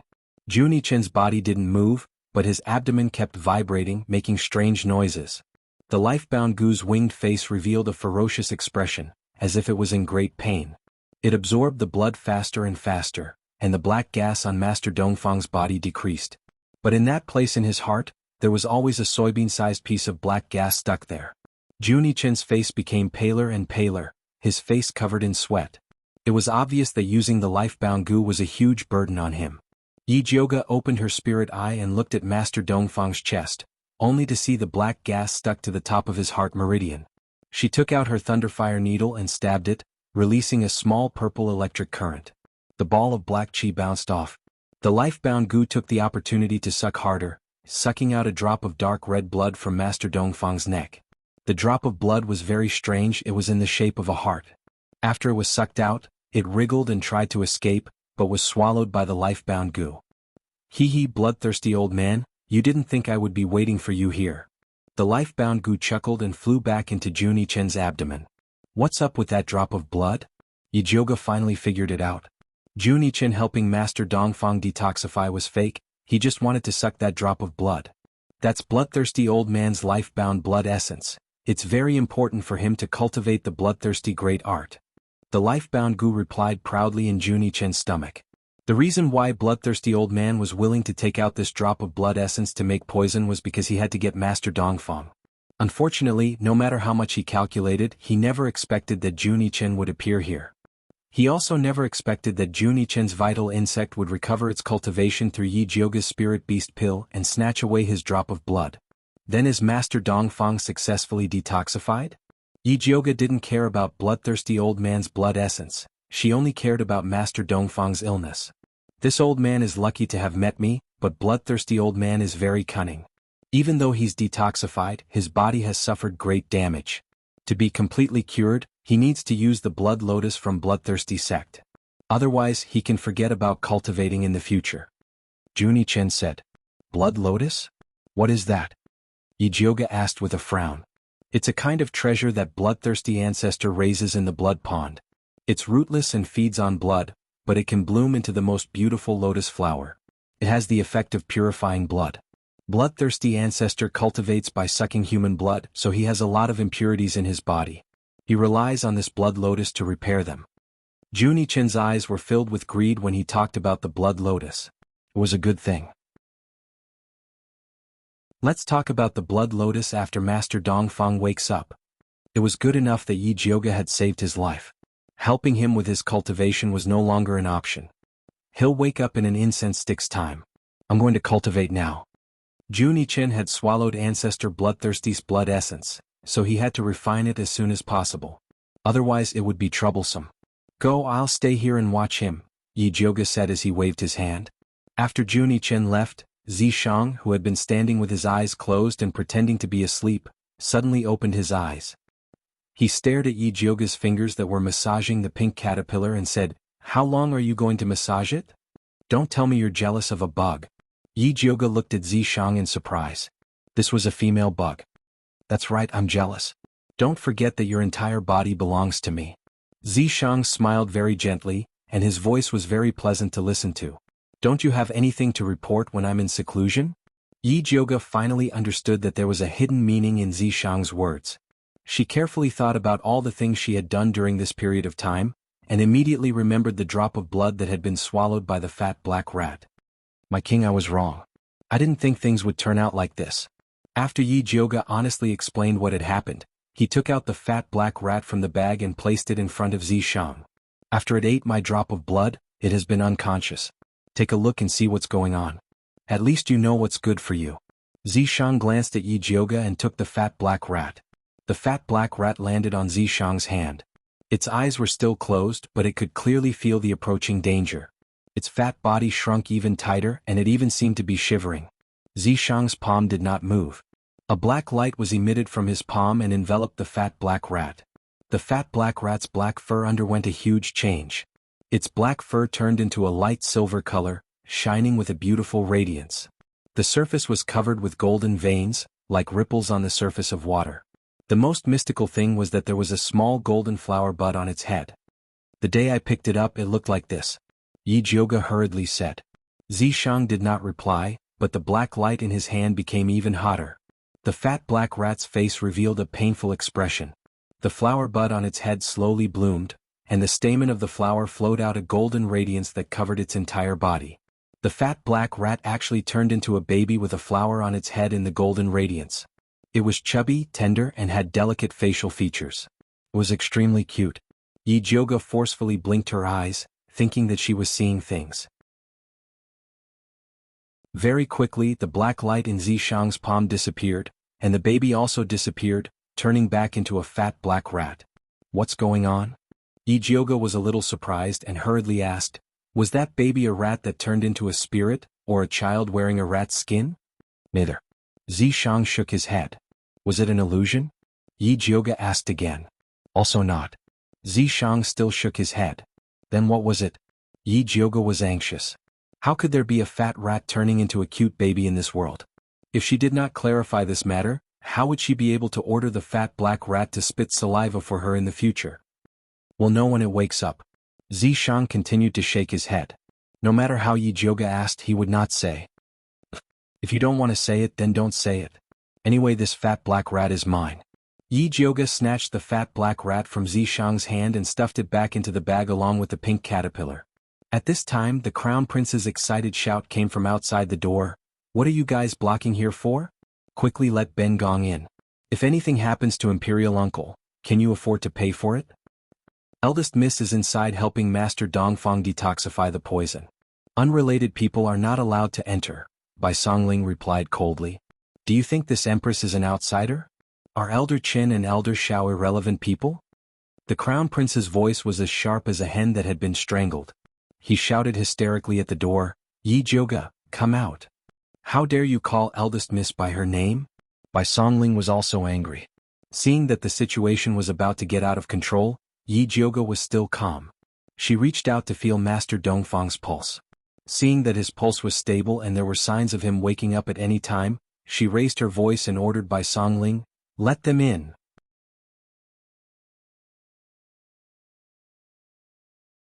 Chapter 210. Yes. Bai Songling glared at the crown prince before calling Luo Tian to the side. The crown prince snorted disdainfully and rushed in first. Elder Qin and Elder Xiao hurriedly followed him into the house. Yijioga sat on the chair with a smile. She was dressed in a sky blue dress that made her look like a cloud blooming in the clear sky, ethereal and beautiful. Zishang stood quietly behind her. His eyelids were slightly drooping as if he was asleep.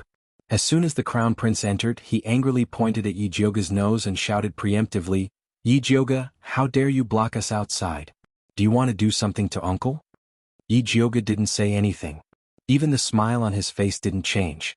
Zishang raised his eyes slightly and a cold light flashed in his eyes. He raised his hand and shot a purple light at the crown prince. The crown prince screamed and was sent flying. He hung upside down on a tree. "Speak human language when you come in. Don't scare Master Dongfang." Yijioga's voice was gentle and dignified as if she didn't know that her guards had pulled the crown prince out. Young mistress is right. Elder Qin and Elder Xiao didn't dare to offend Yijioga. They nodded and didn't dare to look at the crown prince. "Young mistress, is the poison in Master Dongfang's body cured?" Elder Qin asked respectfully. "Fortunately, I didn't fail you." As soon as Yijioga's voice fell, Dongfang Yao's fingers moved slightly. His eyelids twitched and he finally opened his eyes. "City Lord, you're finally awake." Elder Xiao hurried over to help him up. He was so excited that tears were about to flow. Dongfang Yao raised his hand to stop the agitated Elder Xiao. He slowly sat up on the bed and lifted the quilt to get out of bed. "City Lord, you've just recovered. You should rest for a while." Elder Qin said anxiously. "I'm fine now. Where are Dongfang Jiaming and Zhang Peng?" Dongfang Yao's complexion was somewhat pale, but the sharp glint in his eyes was like a cold wind blowing past an iceberg, causing one's heart to shiver. "The crown prince is outside. Zhang Peng seems to be busy with the alchemy pavilion. I haven't seen him for a long time." Elder Qin replied carefully. "Get someone to catch Zhang Peng immediately," Dongfang Yao ordered. "Yes." Elder Qin ordered without hesitation. Then Dongfang Yao coldly ordered, "2 more men, bring that bastard Dongfang Jiaming in." "Capture?" Elder Qin was shocked and exchanged a glance with Elder Xiao. Dongfang Jiaming was the crown prince. It didn't matter if he scolded him, but if he was caught it would be a big deal. Therefore neither of them dared to make a move. "I've been sick for a while, so my words don't matter anymore, right?" Dongfang Yao's voice wasn't loud, but his aura was very strong. This subordinate wouldn't dare. Old Qin shivered and immediately turned around to instruct the guards of the concoction pavilion. "What are you waiting for? Hurry up and take down the crown prince." "Yes." The guard of the concocting medicine pavilion did not dare to ask any more questions. He immediately grabbed the crown prince, who was hanging on the tree, and brought him inside. "Imperial uncle, what are you doing?" The crown prince was greatly shocked and roared at Yijioga, "Did you use an evil technique on Imperial uncle to have him deal with me?" "Shut up." Dongfang Yao abruptly picked up the teacup on the table and viciously threw it at the crown prince. There was a bang. The teacup splashed on the crown prince's face, leaving a bruise full of blood. "Dongfang Jiaming, you're a heartless beast. You dare to collude with evil cultivators to murder Miss Yi. You didn't even spare this old man. You deserve to die 10,000 times over." Dongfang Yao gnashed his teeth and cursed. "Imperial uncle, I didn't." The crown prince shook his head like a windmill. "You still dare to quibble at this point? These past few days, Su Junqing and Xiong Yunhu have been talking about your good deeds at my bedside." Dongfang Yao's words scared the crown prince and made him pale. The crown prince's body softened as he knelt on the ground, wailing and begging. "Imperial uncle, I'm wronged. Su Junqing falsely accused me. You don't have to say any more. Our Dongfang family doesn't have a cruel and unscrupulous beast like you. Come, take Dongfang Jiaming to the prison and send him back to the capital." After Dongfang Yao said this, he seemed to have aged 10 years. Although he didn't like this nephew, he was still heartbroken to be murdered by him and his disciples. "Imperial uncle, I was forced. It was Su Junqing who cast an evil spell on me. I'm innocent." Dongfang Jiaming screamed and struggled desperately. The guards didn't dare to approach him. "What are you waiting for? Do you want me to do it myself?" Dongfang Yao angrily said. The guards didn't dare to hesitate and quickly dragged Dongfang Jiaming away. "And that Su Junqing, where did he go?" Dongfang Yao asked again. Su Junqing went to Red Clay Valley to dig up Lu Yunfei's corpse. Yijioga replied. "Immediately send someone to find him. We absolutely can't let him escape." Dongfang Yao hated Su Junqing the most now. I'll go. Bai Songling took the initiative to stand out. I'll go too. Yu said. The blood feud between him and Su Junqing was absolutely irreconcilable. If he didn't catch Su Junqing himself, his heart wouldn't be reconciled. Yi said, Yu, take some people to Red Clay Valley. Big Brother Bai, immediately send a message back and tell them to keep an eye on the Su clan.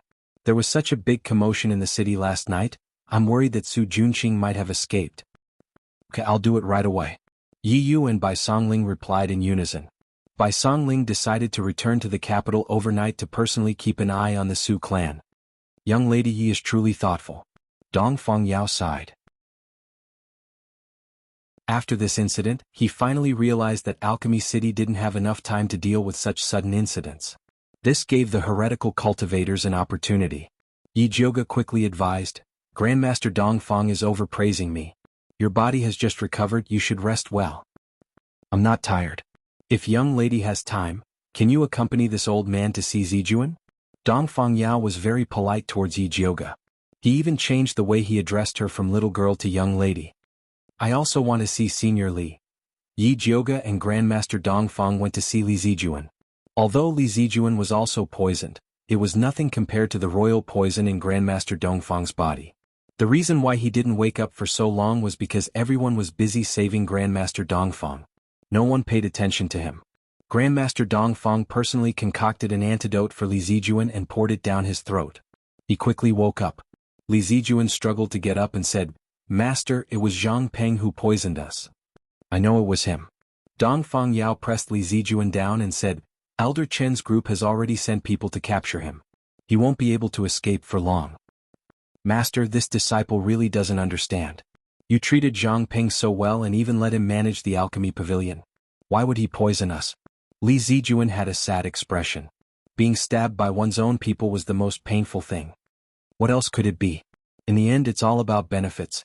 Dongfang Yao sighed and said to Li Zijuan, we need to learn from this lesson. Yes. Li Zijuan nodded and began to reflect on his mistake. Yi Jioge was bored to the side and wanted to find an excuse to leave. At this time, Luo Tian came in and reported to Yi Jioge, Young lady, fourth lady is outside and wishes to see you.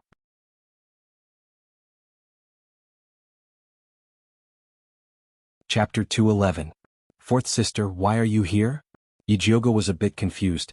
He got up and said to Master Dongfang, my sister might be looking for me. I'll go out and take a look. Eldest miss, please go ahead. Dongfang Yao said politely. I'll probably be staying in the alchemy pavilion for a while. If master needs anything, feel free to come find me. Yi Jioge got up and said goodbye before going to see Yurui. Yurui stood ramrod straight in the garden outside. Her small body wrapped in a black dress made her look even more petite. The spring scenery in the garden could not alleviate the hostility on her small face. Seeing Yi Jioge come out, her eyes curved and she revealed a cute smile. She shouted, "Big sister. Why are you here? I was going to see you later." Yi Jioge held Yurui's hand and looked at her carefully. He said with some heartache, "You've lost weight. It's been hard on you." "It's not hard on me, it's big sister." Yurui obediently shook her head and said, "Big sister, I'm here to say goodbye. I'll be going back to Shangjing with father later." "You don't need to go back to Shangjing with them. Once I'm done here you can come back with me. You don't need to return to the Yi mansion anymore." Yi Jioge came out to set up his own house and planned to take Yurui with him. Unexpectedly, Yurui shook her head and said apologetically, "Sorry big sister, I want to go with father." "Fourth sister, there's something you might not know." Yi Jioge paused, sighed and said, "Your mother passed away a few days ago." "I know. Mother was killed by Madam." Yurui said calmly. "Then you still want to go back with them?" Yi Jioge suddenly found that he couldn't understand this little sister. The death of a mother should be the most painful thing in the world, but she was strangely calm. "Because of this, I want to go back with them." Su Junqing ran away, the crown prince was captured, and Su Yufeng and Yi Shanshan lost their support. At this time I have to stay by father's side. Only then can I get revenge for my mother. Yi Rui's calm voice hid a strange and gloomy undercurrent. It was inexplicably frightening. "You're still young, you don't need to worry about revenge. Leave it to me." Yi Jioge didn't want Yurui to stain her hands with blood at such a young age. "Big sister, you've already helped me a lot. I have to get revenge for my mother myself." Yi Rui revealed a faint smile. He bowed to Yi Jioga and left without looking back. His short and thin body exuded an indescribable determination. Yi Jioga sighed. When he returned to his room he was still worried about Yi Rui. Yi Jioga sighed. When he returned to his room he was still a bit worried. Don't talk nonsense. She's still young. Yi Jioga frowned. It was already hard enough for her to have a bewitching man as her creditor. She didn't want to have another demoness as her younger sister. That's not up to you. Zishang shrugged. He would never tell Yi Jioga that Yi Rui had already become a little obsessed.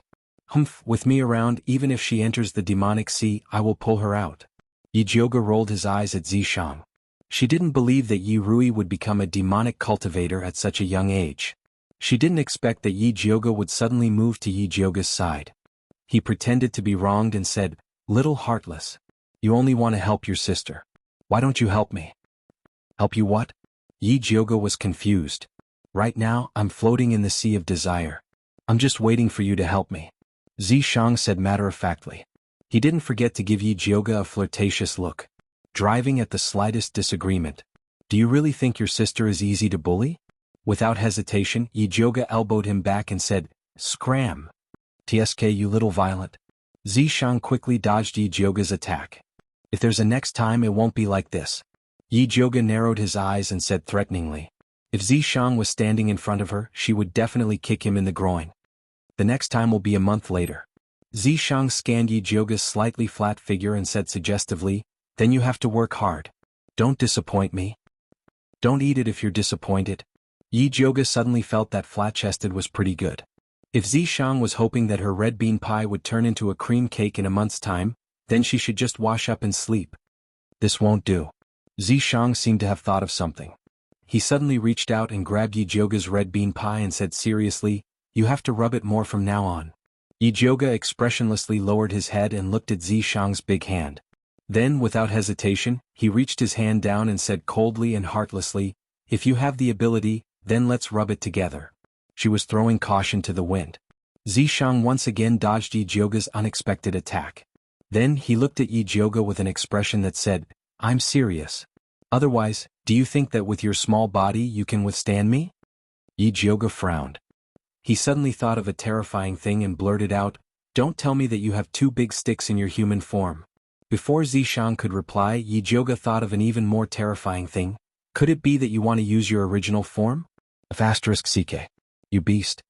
Yi Jioga rejected beast thousands of times. "What are you thinking?" Zishang felt that he couldn't keep up with Yi Jioga's unrestrained thoughts. No. Seeing that Zishang didn't have that thought, Yi Jioga heaved a sigh of relief. "I didn't expect little Jioga to have such a heavy taste." Zishang squinted his eyes. His eyes flashed with a dangerous light as he said slowly, "Original form, right? I will let you be satisfied one day." However, the previous half-human half-snake was not his complete form. If little Jioga saw his true form he would probably be shocked. "No need, I'm already satisfied." Yi Jioga shook his head decisively. As she said that, she felt that something was wrong. Why did she feel like she was thirsting for Zishang's human form? "All right, little Jioga, you don't have to say what you mean. I understand." Zishang winked at Yi Jioga with his peach blossom eyes. Yi Jioga continued to be expressionless. Just as she was thinking about how to suppress this arrogant guy, Zishang put away his playful look and said seriously, "I want your Vitaline not to use you as a cultivation furnace. Although the meridians in your body have been cleared, the 9 poison bone shattering is still in your dantian. If you can't open up a dual cultivation channel in advance, your dantian will explode."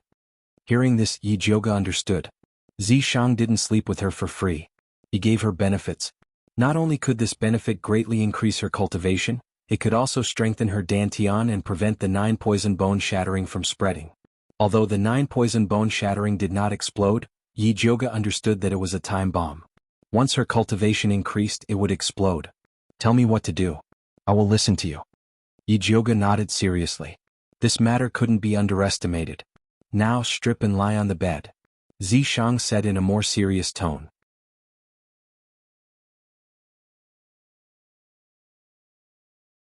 Chapter 212. I'll take it off. Yi Jioga was ready to risk everything this time. She grabbed the belt with both hands and started to take it off boldly. She was so open that Zishang felt a little scared. Could it be that he had gone too far and had driven this lass crazy instead?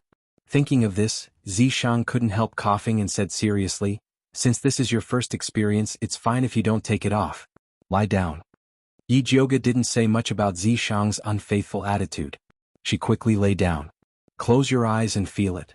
Zishang covered Yi Jioga's eyes with his slightly cold hands. In the darkness, Yi Jioga could only smell a faint fragrance coming from Zishang's body. Unlike the gentleness of a woman, this fragrance was even more invasive. It made one feel a little thirsty, as if they were bathing in fire. Yi Jioga resisted the urge to lick her lips and quickly corrected her attitude. Even if she wanted to be horny, it couldn't be now. This might be Zishang's conspiracy. She had to resist the temptation. Yi Jioga calmed down and closed her eyes to feel Zishang's next action. The pair of big hands first put 3 inches below her navel and gently rubbed it. The strength was moderate and very comfortable. Then slowly he pressed those acupuncture points regularly. It was sore and swollen, but after the sourness passed, it was comfortable. When Yi Jioga was so comfortable that she almost fell asleep, Zishang's hands gradually came to the acupuncture point on her chest. Suddenly, a sharp pain rushed to her head. Yi Jioga's body bounced up like a fish on the shore, but Zishang pressed her down hard. "Bear it." Zishang's voice was not flirting at all, but unprecedentedly serious. It was the first time that Yi Jioga saw such an attitude from Zishang. She gritted her teeth and endured it.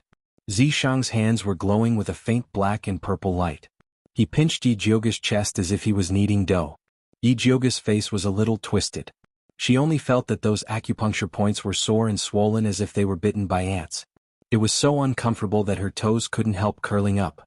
Although the whole process didn't last long, Yi Jioga broke out in a cold sweat, and her back was wet.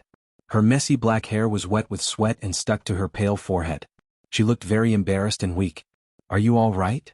Zishang didn't expect Yi Jioga to have such a big reaction. "How long do I have to press this?" Yi Jioga lay on the bed like a dead fish.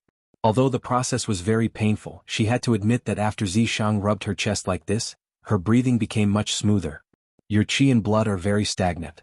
You have to clear them once a day. However, the first time will be more painful, but it will be fine in the future." Zishang didn't tease Yi Jioga this time. Instead, he gently wiped her sweat with a soft towel. "And?" Yi Jioga nodded. As long as it was useful, she would endure it no matter how painful it was. "Do you want to rest?" Zishang asked. "No need." Although she was very tired, now was not the time to rest. Alchemy City still had many things to do. Yi Jioga took out the storage bag that he got from Lu Yunfei and took out a piece of human skin. It was Gong Hongyu's skin. Zishang immediately understood Yi Jioga's intentions. "Are you going to give it to Gong Honglei?" "That's right. I have to give him a chance to take revenge." Yi Jioga smiled meaningfully. She took the skin and went to find Gong Honglei. Gong Honglei had been healing in the alchemy pavilion. When he saw Yi Jioga, he couldn't help but feel embarrassed, guilty, and remorseful. He stiffly greeted her. "Miss Yi, please sit." "Young Master Gong, there is no need to be so polite. I came today to give you something," Yi Jioga said without beating around the bush. "What is it?" Gong Honglei frowned. He suddenly felt that something was strange. Yi Jioga placed the blue bag in front of Gong Honglei. Gong Honglei's face paled. He seemed to have sensed something. His fingers that were opening the bag trembled violently. He couldn't untie the small knot for a long time. As a swordsman, shaking hands was something that should never happen to him. Yi Jioga sighed, but he didn't help. He just sat to the side and quietly waited. In the end, Gong Honglei opened the bag. A white human skin lay quietly on the soft cloth. The head was facing him. There was a small black mole on the cheek. Gong Honglei felt as if he was struck by lightning. His heart ached and his eyes turned red. He couldn't help but cry. A man doesn't cry easily. It's only when he's deeply hurt. Gong Honglei's parents died early. Only he and his sister Gong Hongyu were left. At that time they were still young and weren't valued by their family. Their early years were very difficult. It wasn't until he revealed his sword cultivation talent at the age of 10 and entered the Limitless Sword Pavilion as an inner disciple that his sister's status rose. Maybe it was because she was bullied in her early years, but his sister's personality became more and more arrogant. Because he loved his sister, he always protected her.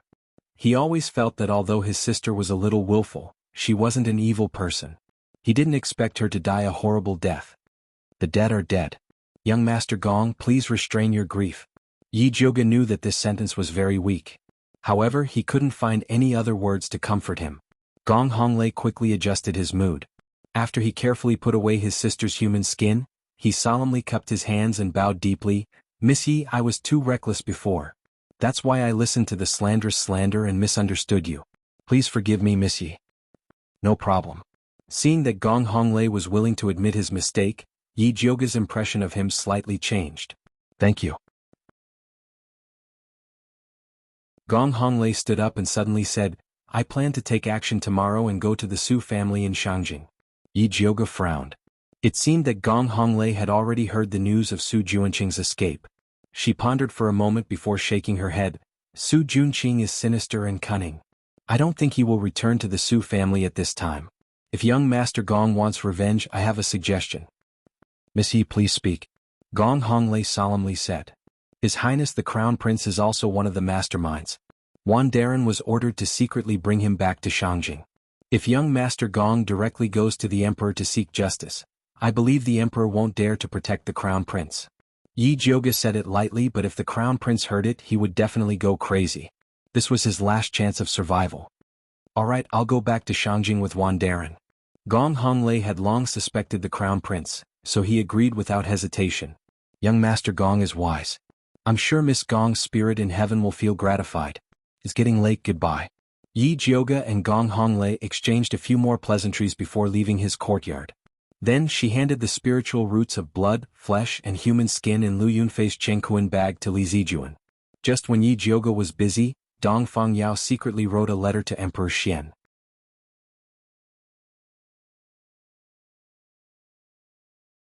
Chapter 213.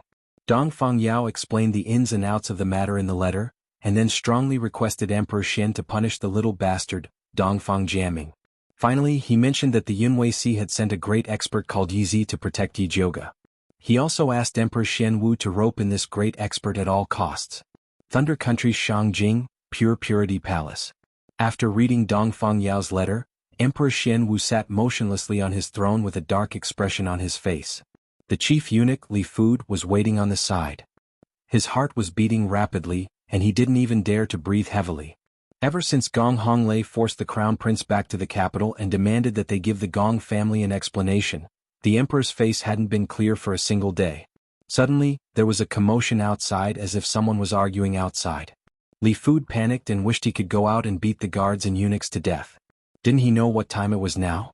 He actually dared to make such a fuss. "Let's go out and take a look," said Emperor Xian Wu with his eyes closed. "Yes." Li Fud wiped his cold sweat and went out. When he came back, his face was even paler. He said in a low voice, "The Empress is outside asking to see you. Didn't I tell her to stay in the Fengyi Palace? Why is she here?" Emperor Xian glanced at Li Fud and asked, "It's this old servant's arrangements that were not good. Your Majesty, please punish me." Li Fud immediately knelt down in fear and trepidation. Actually, it could not be said that his arrangements were unfavorable. Although the Crown Prince had been placed under house arrest, Emperor Xian did not dare to announce that he had colluded with an evil cultivator. Instead, he had been looking for a suitable accusation. He did not strip the Empress of her title, only placing her under house arrest in Fengyi Palace, having a few palace maids and eunuchs watch over her. Normally, these palace maids and eunuchs would be enough. Nevertheless, the Empress was a spiritualist after all. She had been nourished by various spiritual pills all these years, so her cultivation base was still there. After the incident with the Crown Prince, she had been asking to see the Emperor. Seeing that no one was paying attention to her, she actually dashed out of the Fengyi Palace like a madman. Only when the palace maids and eunuchs chased after her did she let out an uproar. Take her back and feed her some spirit-dispersing pills. As for those trash from the Phoenix Ritual Palace, do as you see fit. Emperor Xian Wu closed his eyes again as if he did not know that the spirit-dispersing pill was fatal to a spiritualist. Yes. When Li Fud heard this, he knew that the Emperor really had no feelings for the Empress. He quickly went out to give the order and the noise soon stopped. The once glorious Empress was dragged back to the Fengyi Palace and forced to drink a spirit-dispersing pill. In the future, it would be difficult for her to even walk, much less come out to cause trouble. Li Fud quickly returned. He bowed beside Emperor Xian Wu, not even daring to breathe loudly. The entire Palace of Purity was as quiet as a graveyard. Emperor Xian Wu closed his eyes and casually asked, "How's the situation with the Su family?" Li Fu's cold sweat broke out even more. He braced himself and said, Elder Su is still in a coma.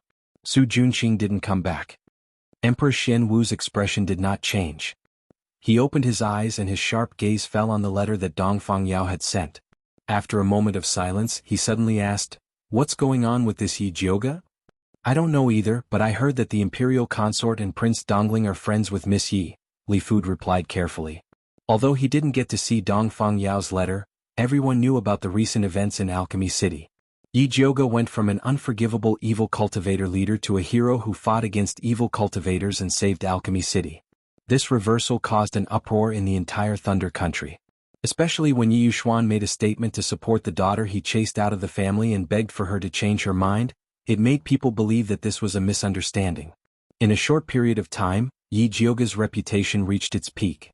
Imperial consort Shi and Dongfang Ke being friends with her was definitely a great thing for the Dongfang family, whose reputation was in jeopardy. Ke is still farsighted. Emperor Xian Wu sighed. He had already made a decision. Li Fu saw the emperor's expression and knew that the sky in the capital was about to change. At this time, Yi Jioga had finished her business in Alchemy City and planned to return to the capital. She didn't expect Dongfang Yao to suddenly announce that she was the champion of the competition and give her the 10,000 gold cauldron. The competition isn't over yet. I don't deserve this award. Yi Jioga shook her head. No matter how greedy she was, she wouldn't accept such a thing. This was decided by the participating alchemists. If it wasn't for the interruption of the competition, you would have been the champion.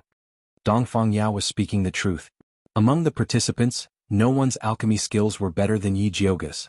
Yi Jioga refused in every way possible, but Dongfang Yao insisted on his own opinion. He even said that the cauldron was already Yi Jioga's and that if she didn't want it, he would just throw it away. Yi Jioga had no choice but to accept. She converted the cauldron into silver and divided it equally among the family members of the alchemists who were killed by the evil cultivator. Dongfang Yao praised her. He also converted the other prizes prepared for the competition into silver and distributed them to the people who were accidentally injured by the evil cultivator. These were originally Yi Jioga's unintentional actions, but she didn't expect them to bring her righteous reputation. Even the damaged image of Alchemy City was restored.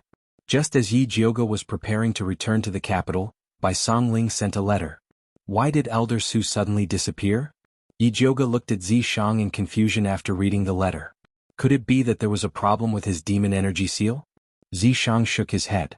Without him personally removing the seal, the old man wouldn't wake up. Could it be that Su Junqing saved his grandfather? Luo Tian asked from the side. Impossible. Elder Su is a burden right now. Su Junqing won't gain anything by taking him away, unless Su Junqing has other uses. Yi Jioga's expression changed when he thought of this possibility. Luo Tian also thought of this possibility and asked in shock, You mean Su Junqing wants to use his grandfather to cultivate? Although Bloodthirst sect used human blood to cultivate, it was still rare to see beasts who used their own family members to cultivate. It's very possible. Yi Jioga's heart sank. During this time, Su Junqing had searched for all kinds of spirit doctors, but none of them could cure the old man's strange illness. It was normal for him to want to use the old man as trash. Su Junqing has always been ruthless. It's not strange for him to do something like this. Yi Yu gritted his teeth. Back then, when his sister Yi Yunji was pregnant with Su Junqing's child, he was the one who personally gave it to the Bloodthirst sect. Send a letter back. We must find Su Junqing. We can't let him take Elder Su back to Bloodthirst sect, Yi Jioga said seriously. Yi Jioga said solemnly. If Bloodthirsty ancestor ate old man Su, he might really succeed in leveling up. That would be very bad. You're tuning in to the Dreamy Chapters YouTube channel. We're so grateful for your support and don't forget to subscribe to join us on this incredible journey through captivating stories. Your generosity through donations truly makes a world of difference, as it's the primary source of revenue that allows me to expand and enhance this channel for you. Thank you from the bottom of my heart for being a part of this adventure.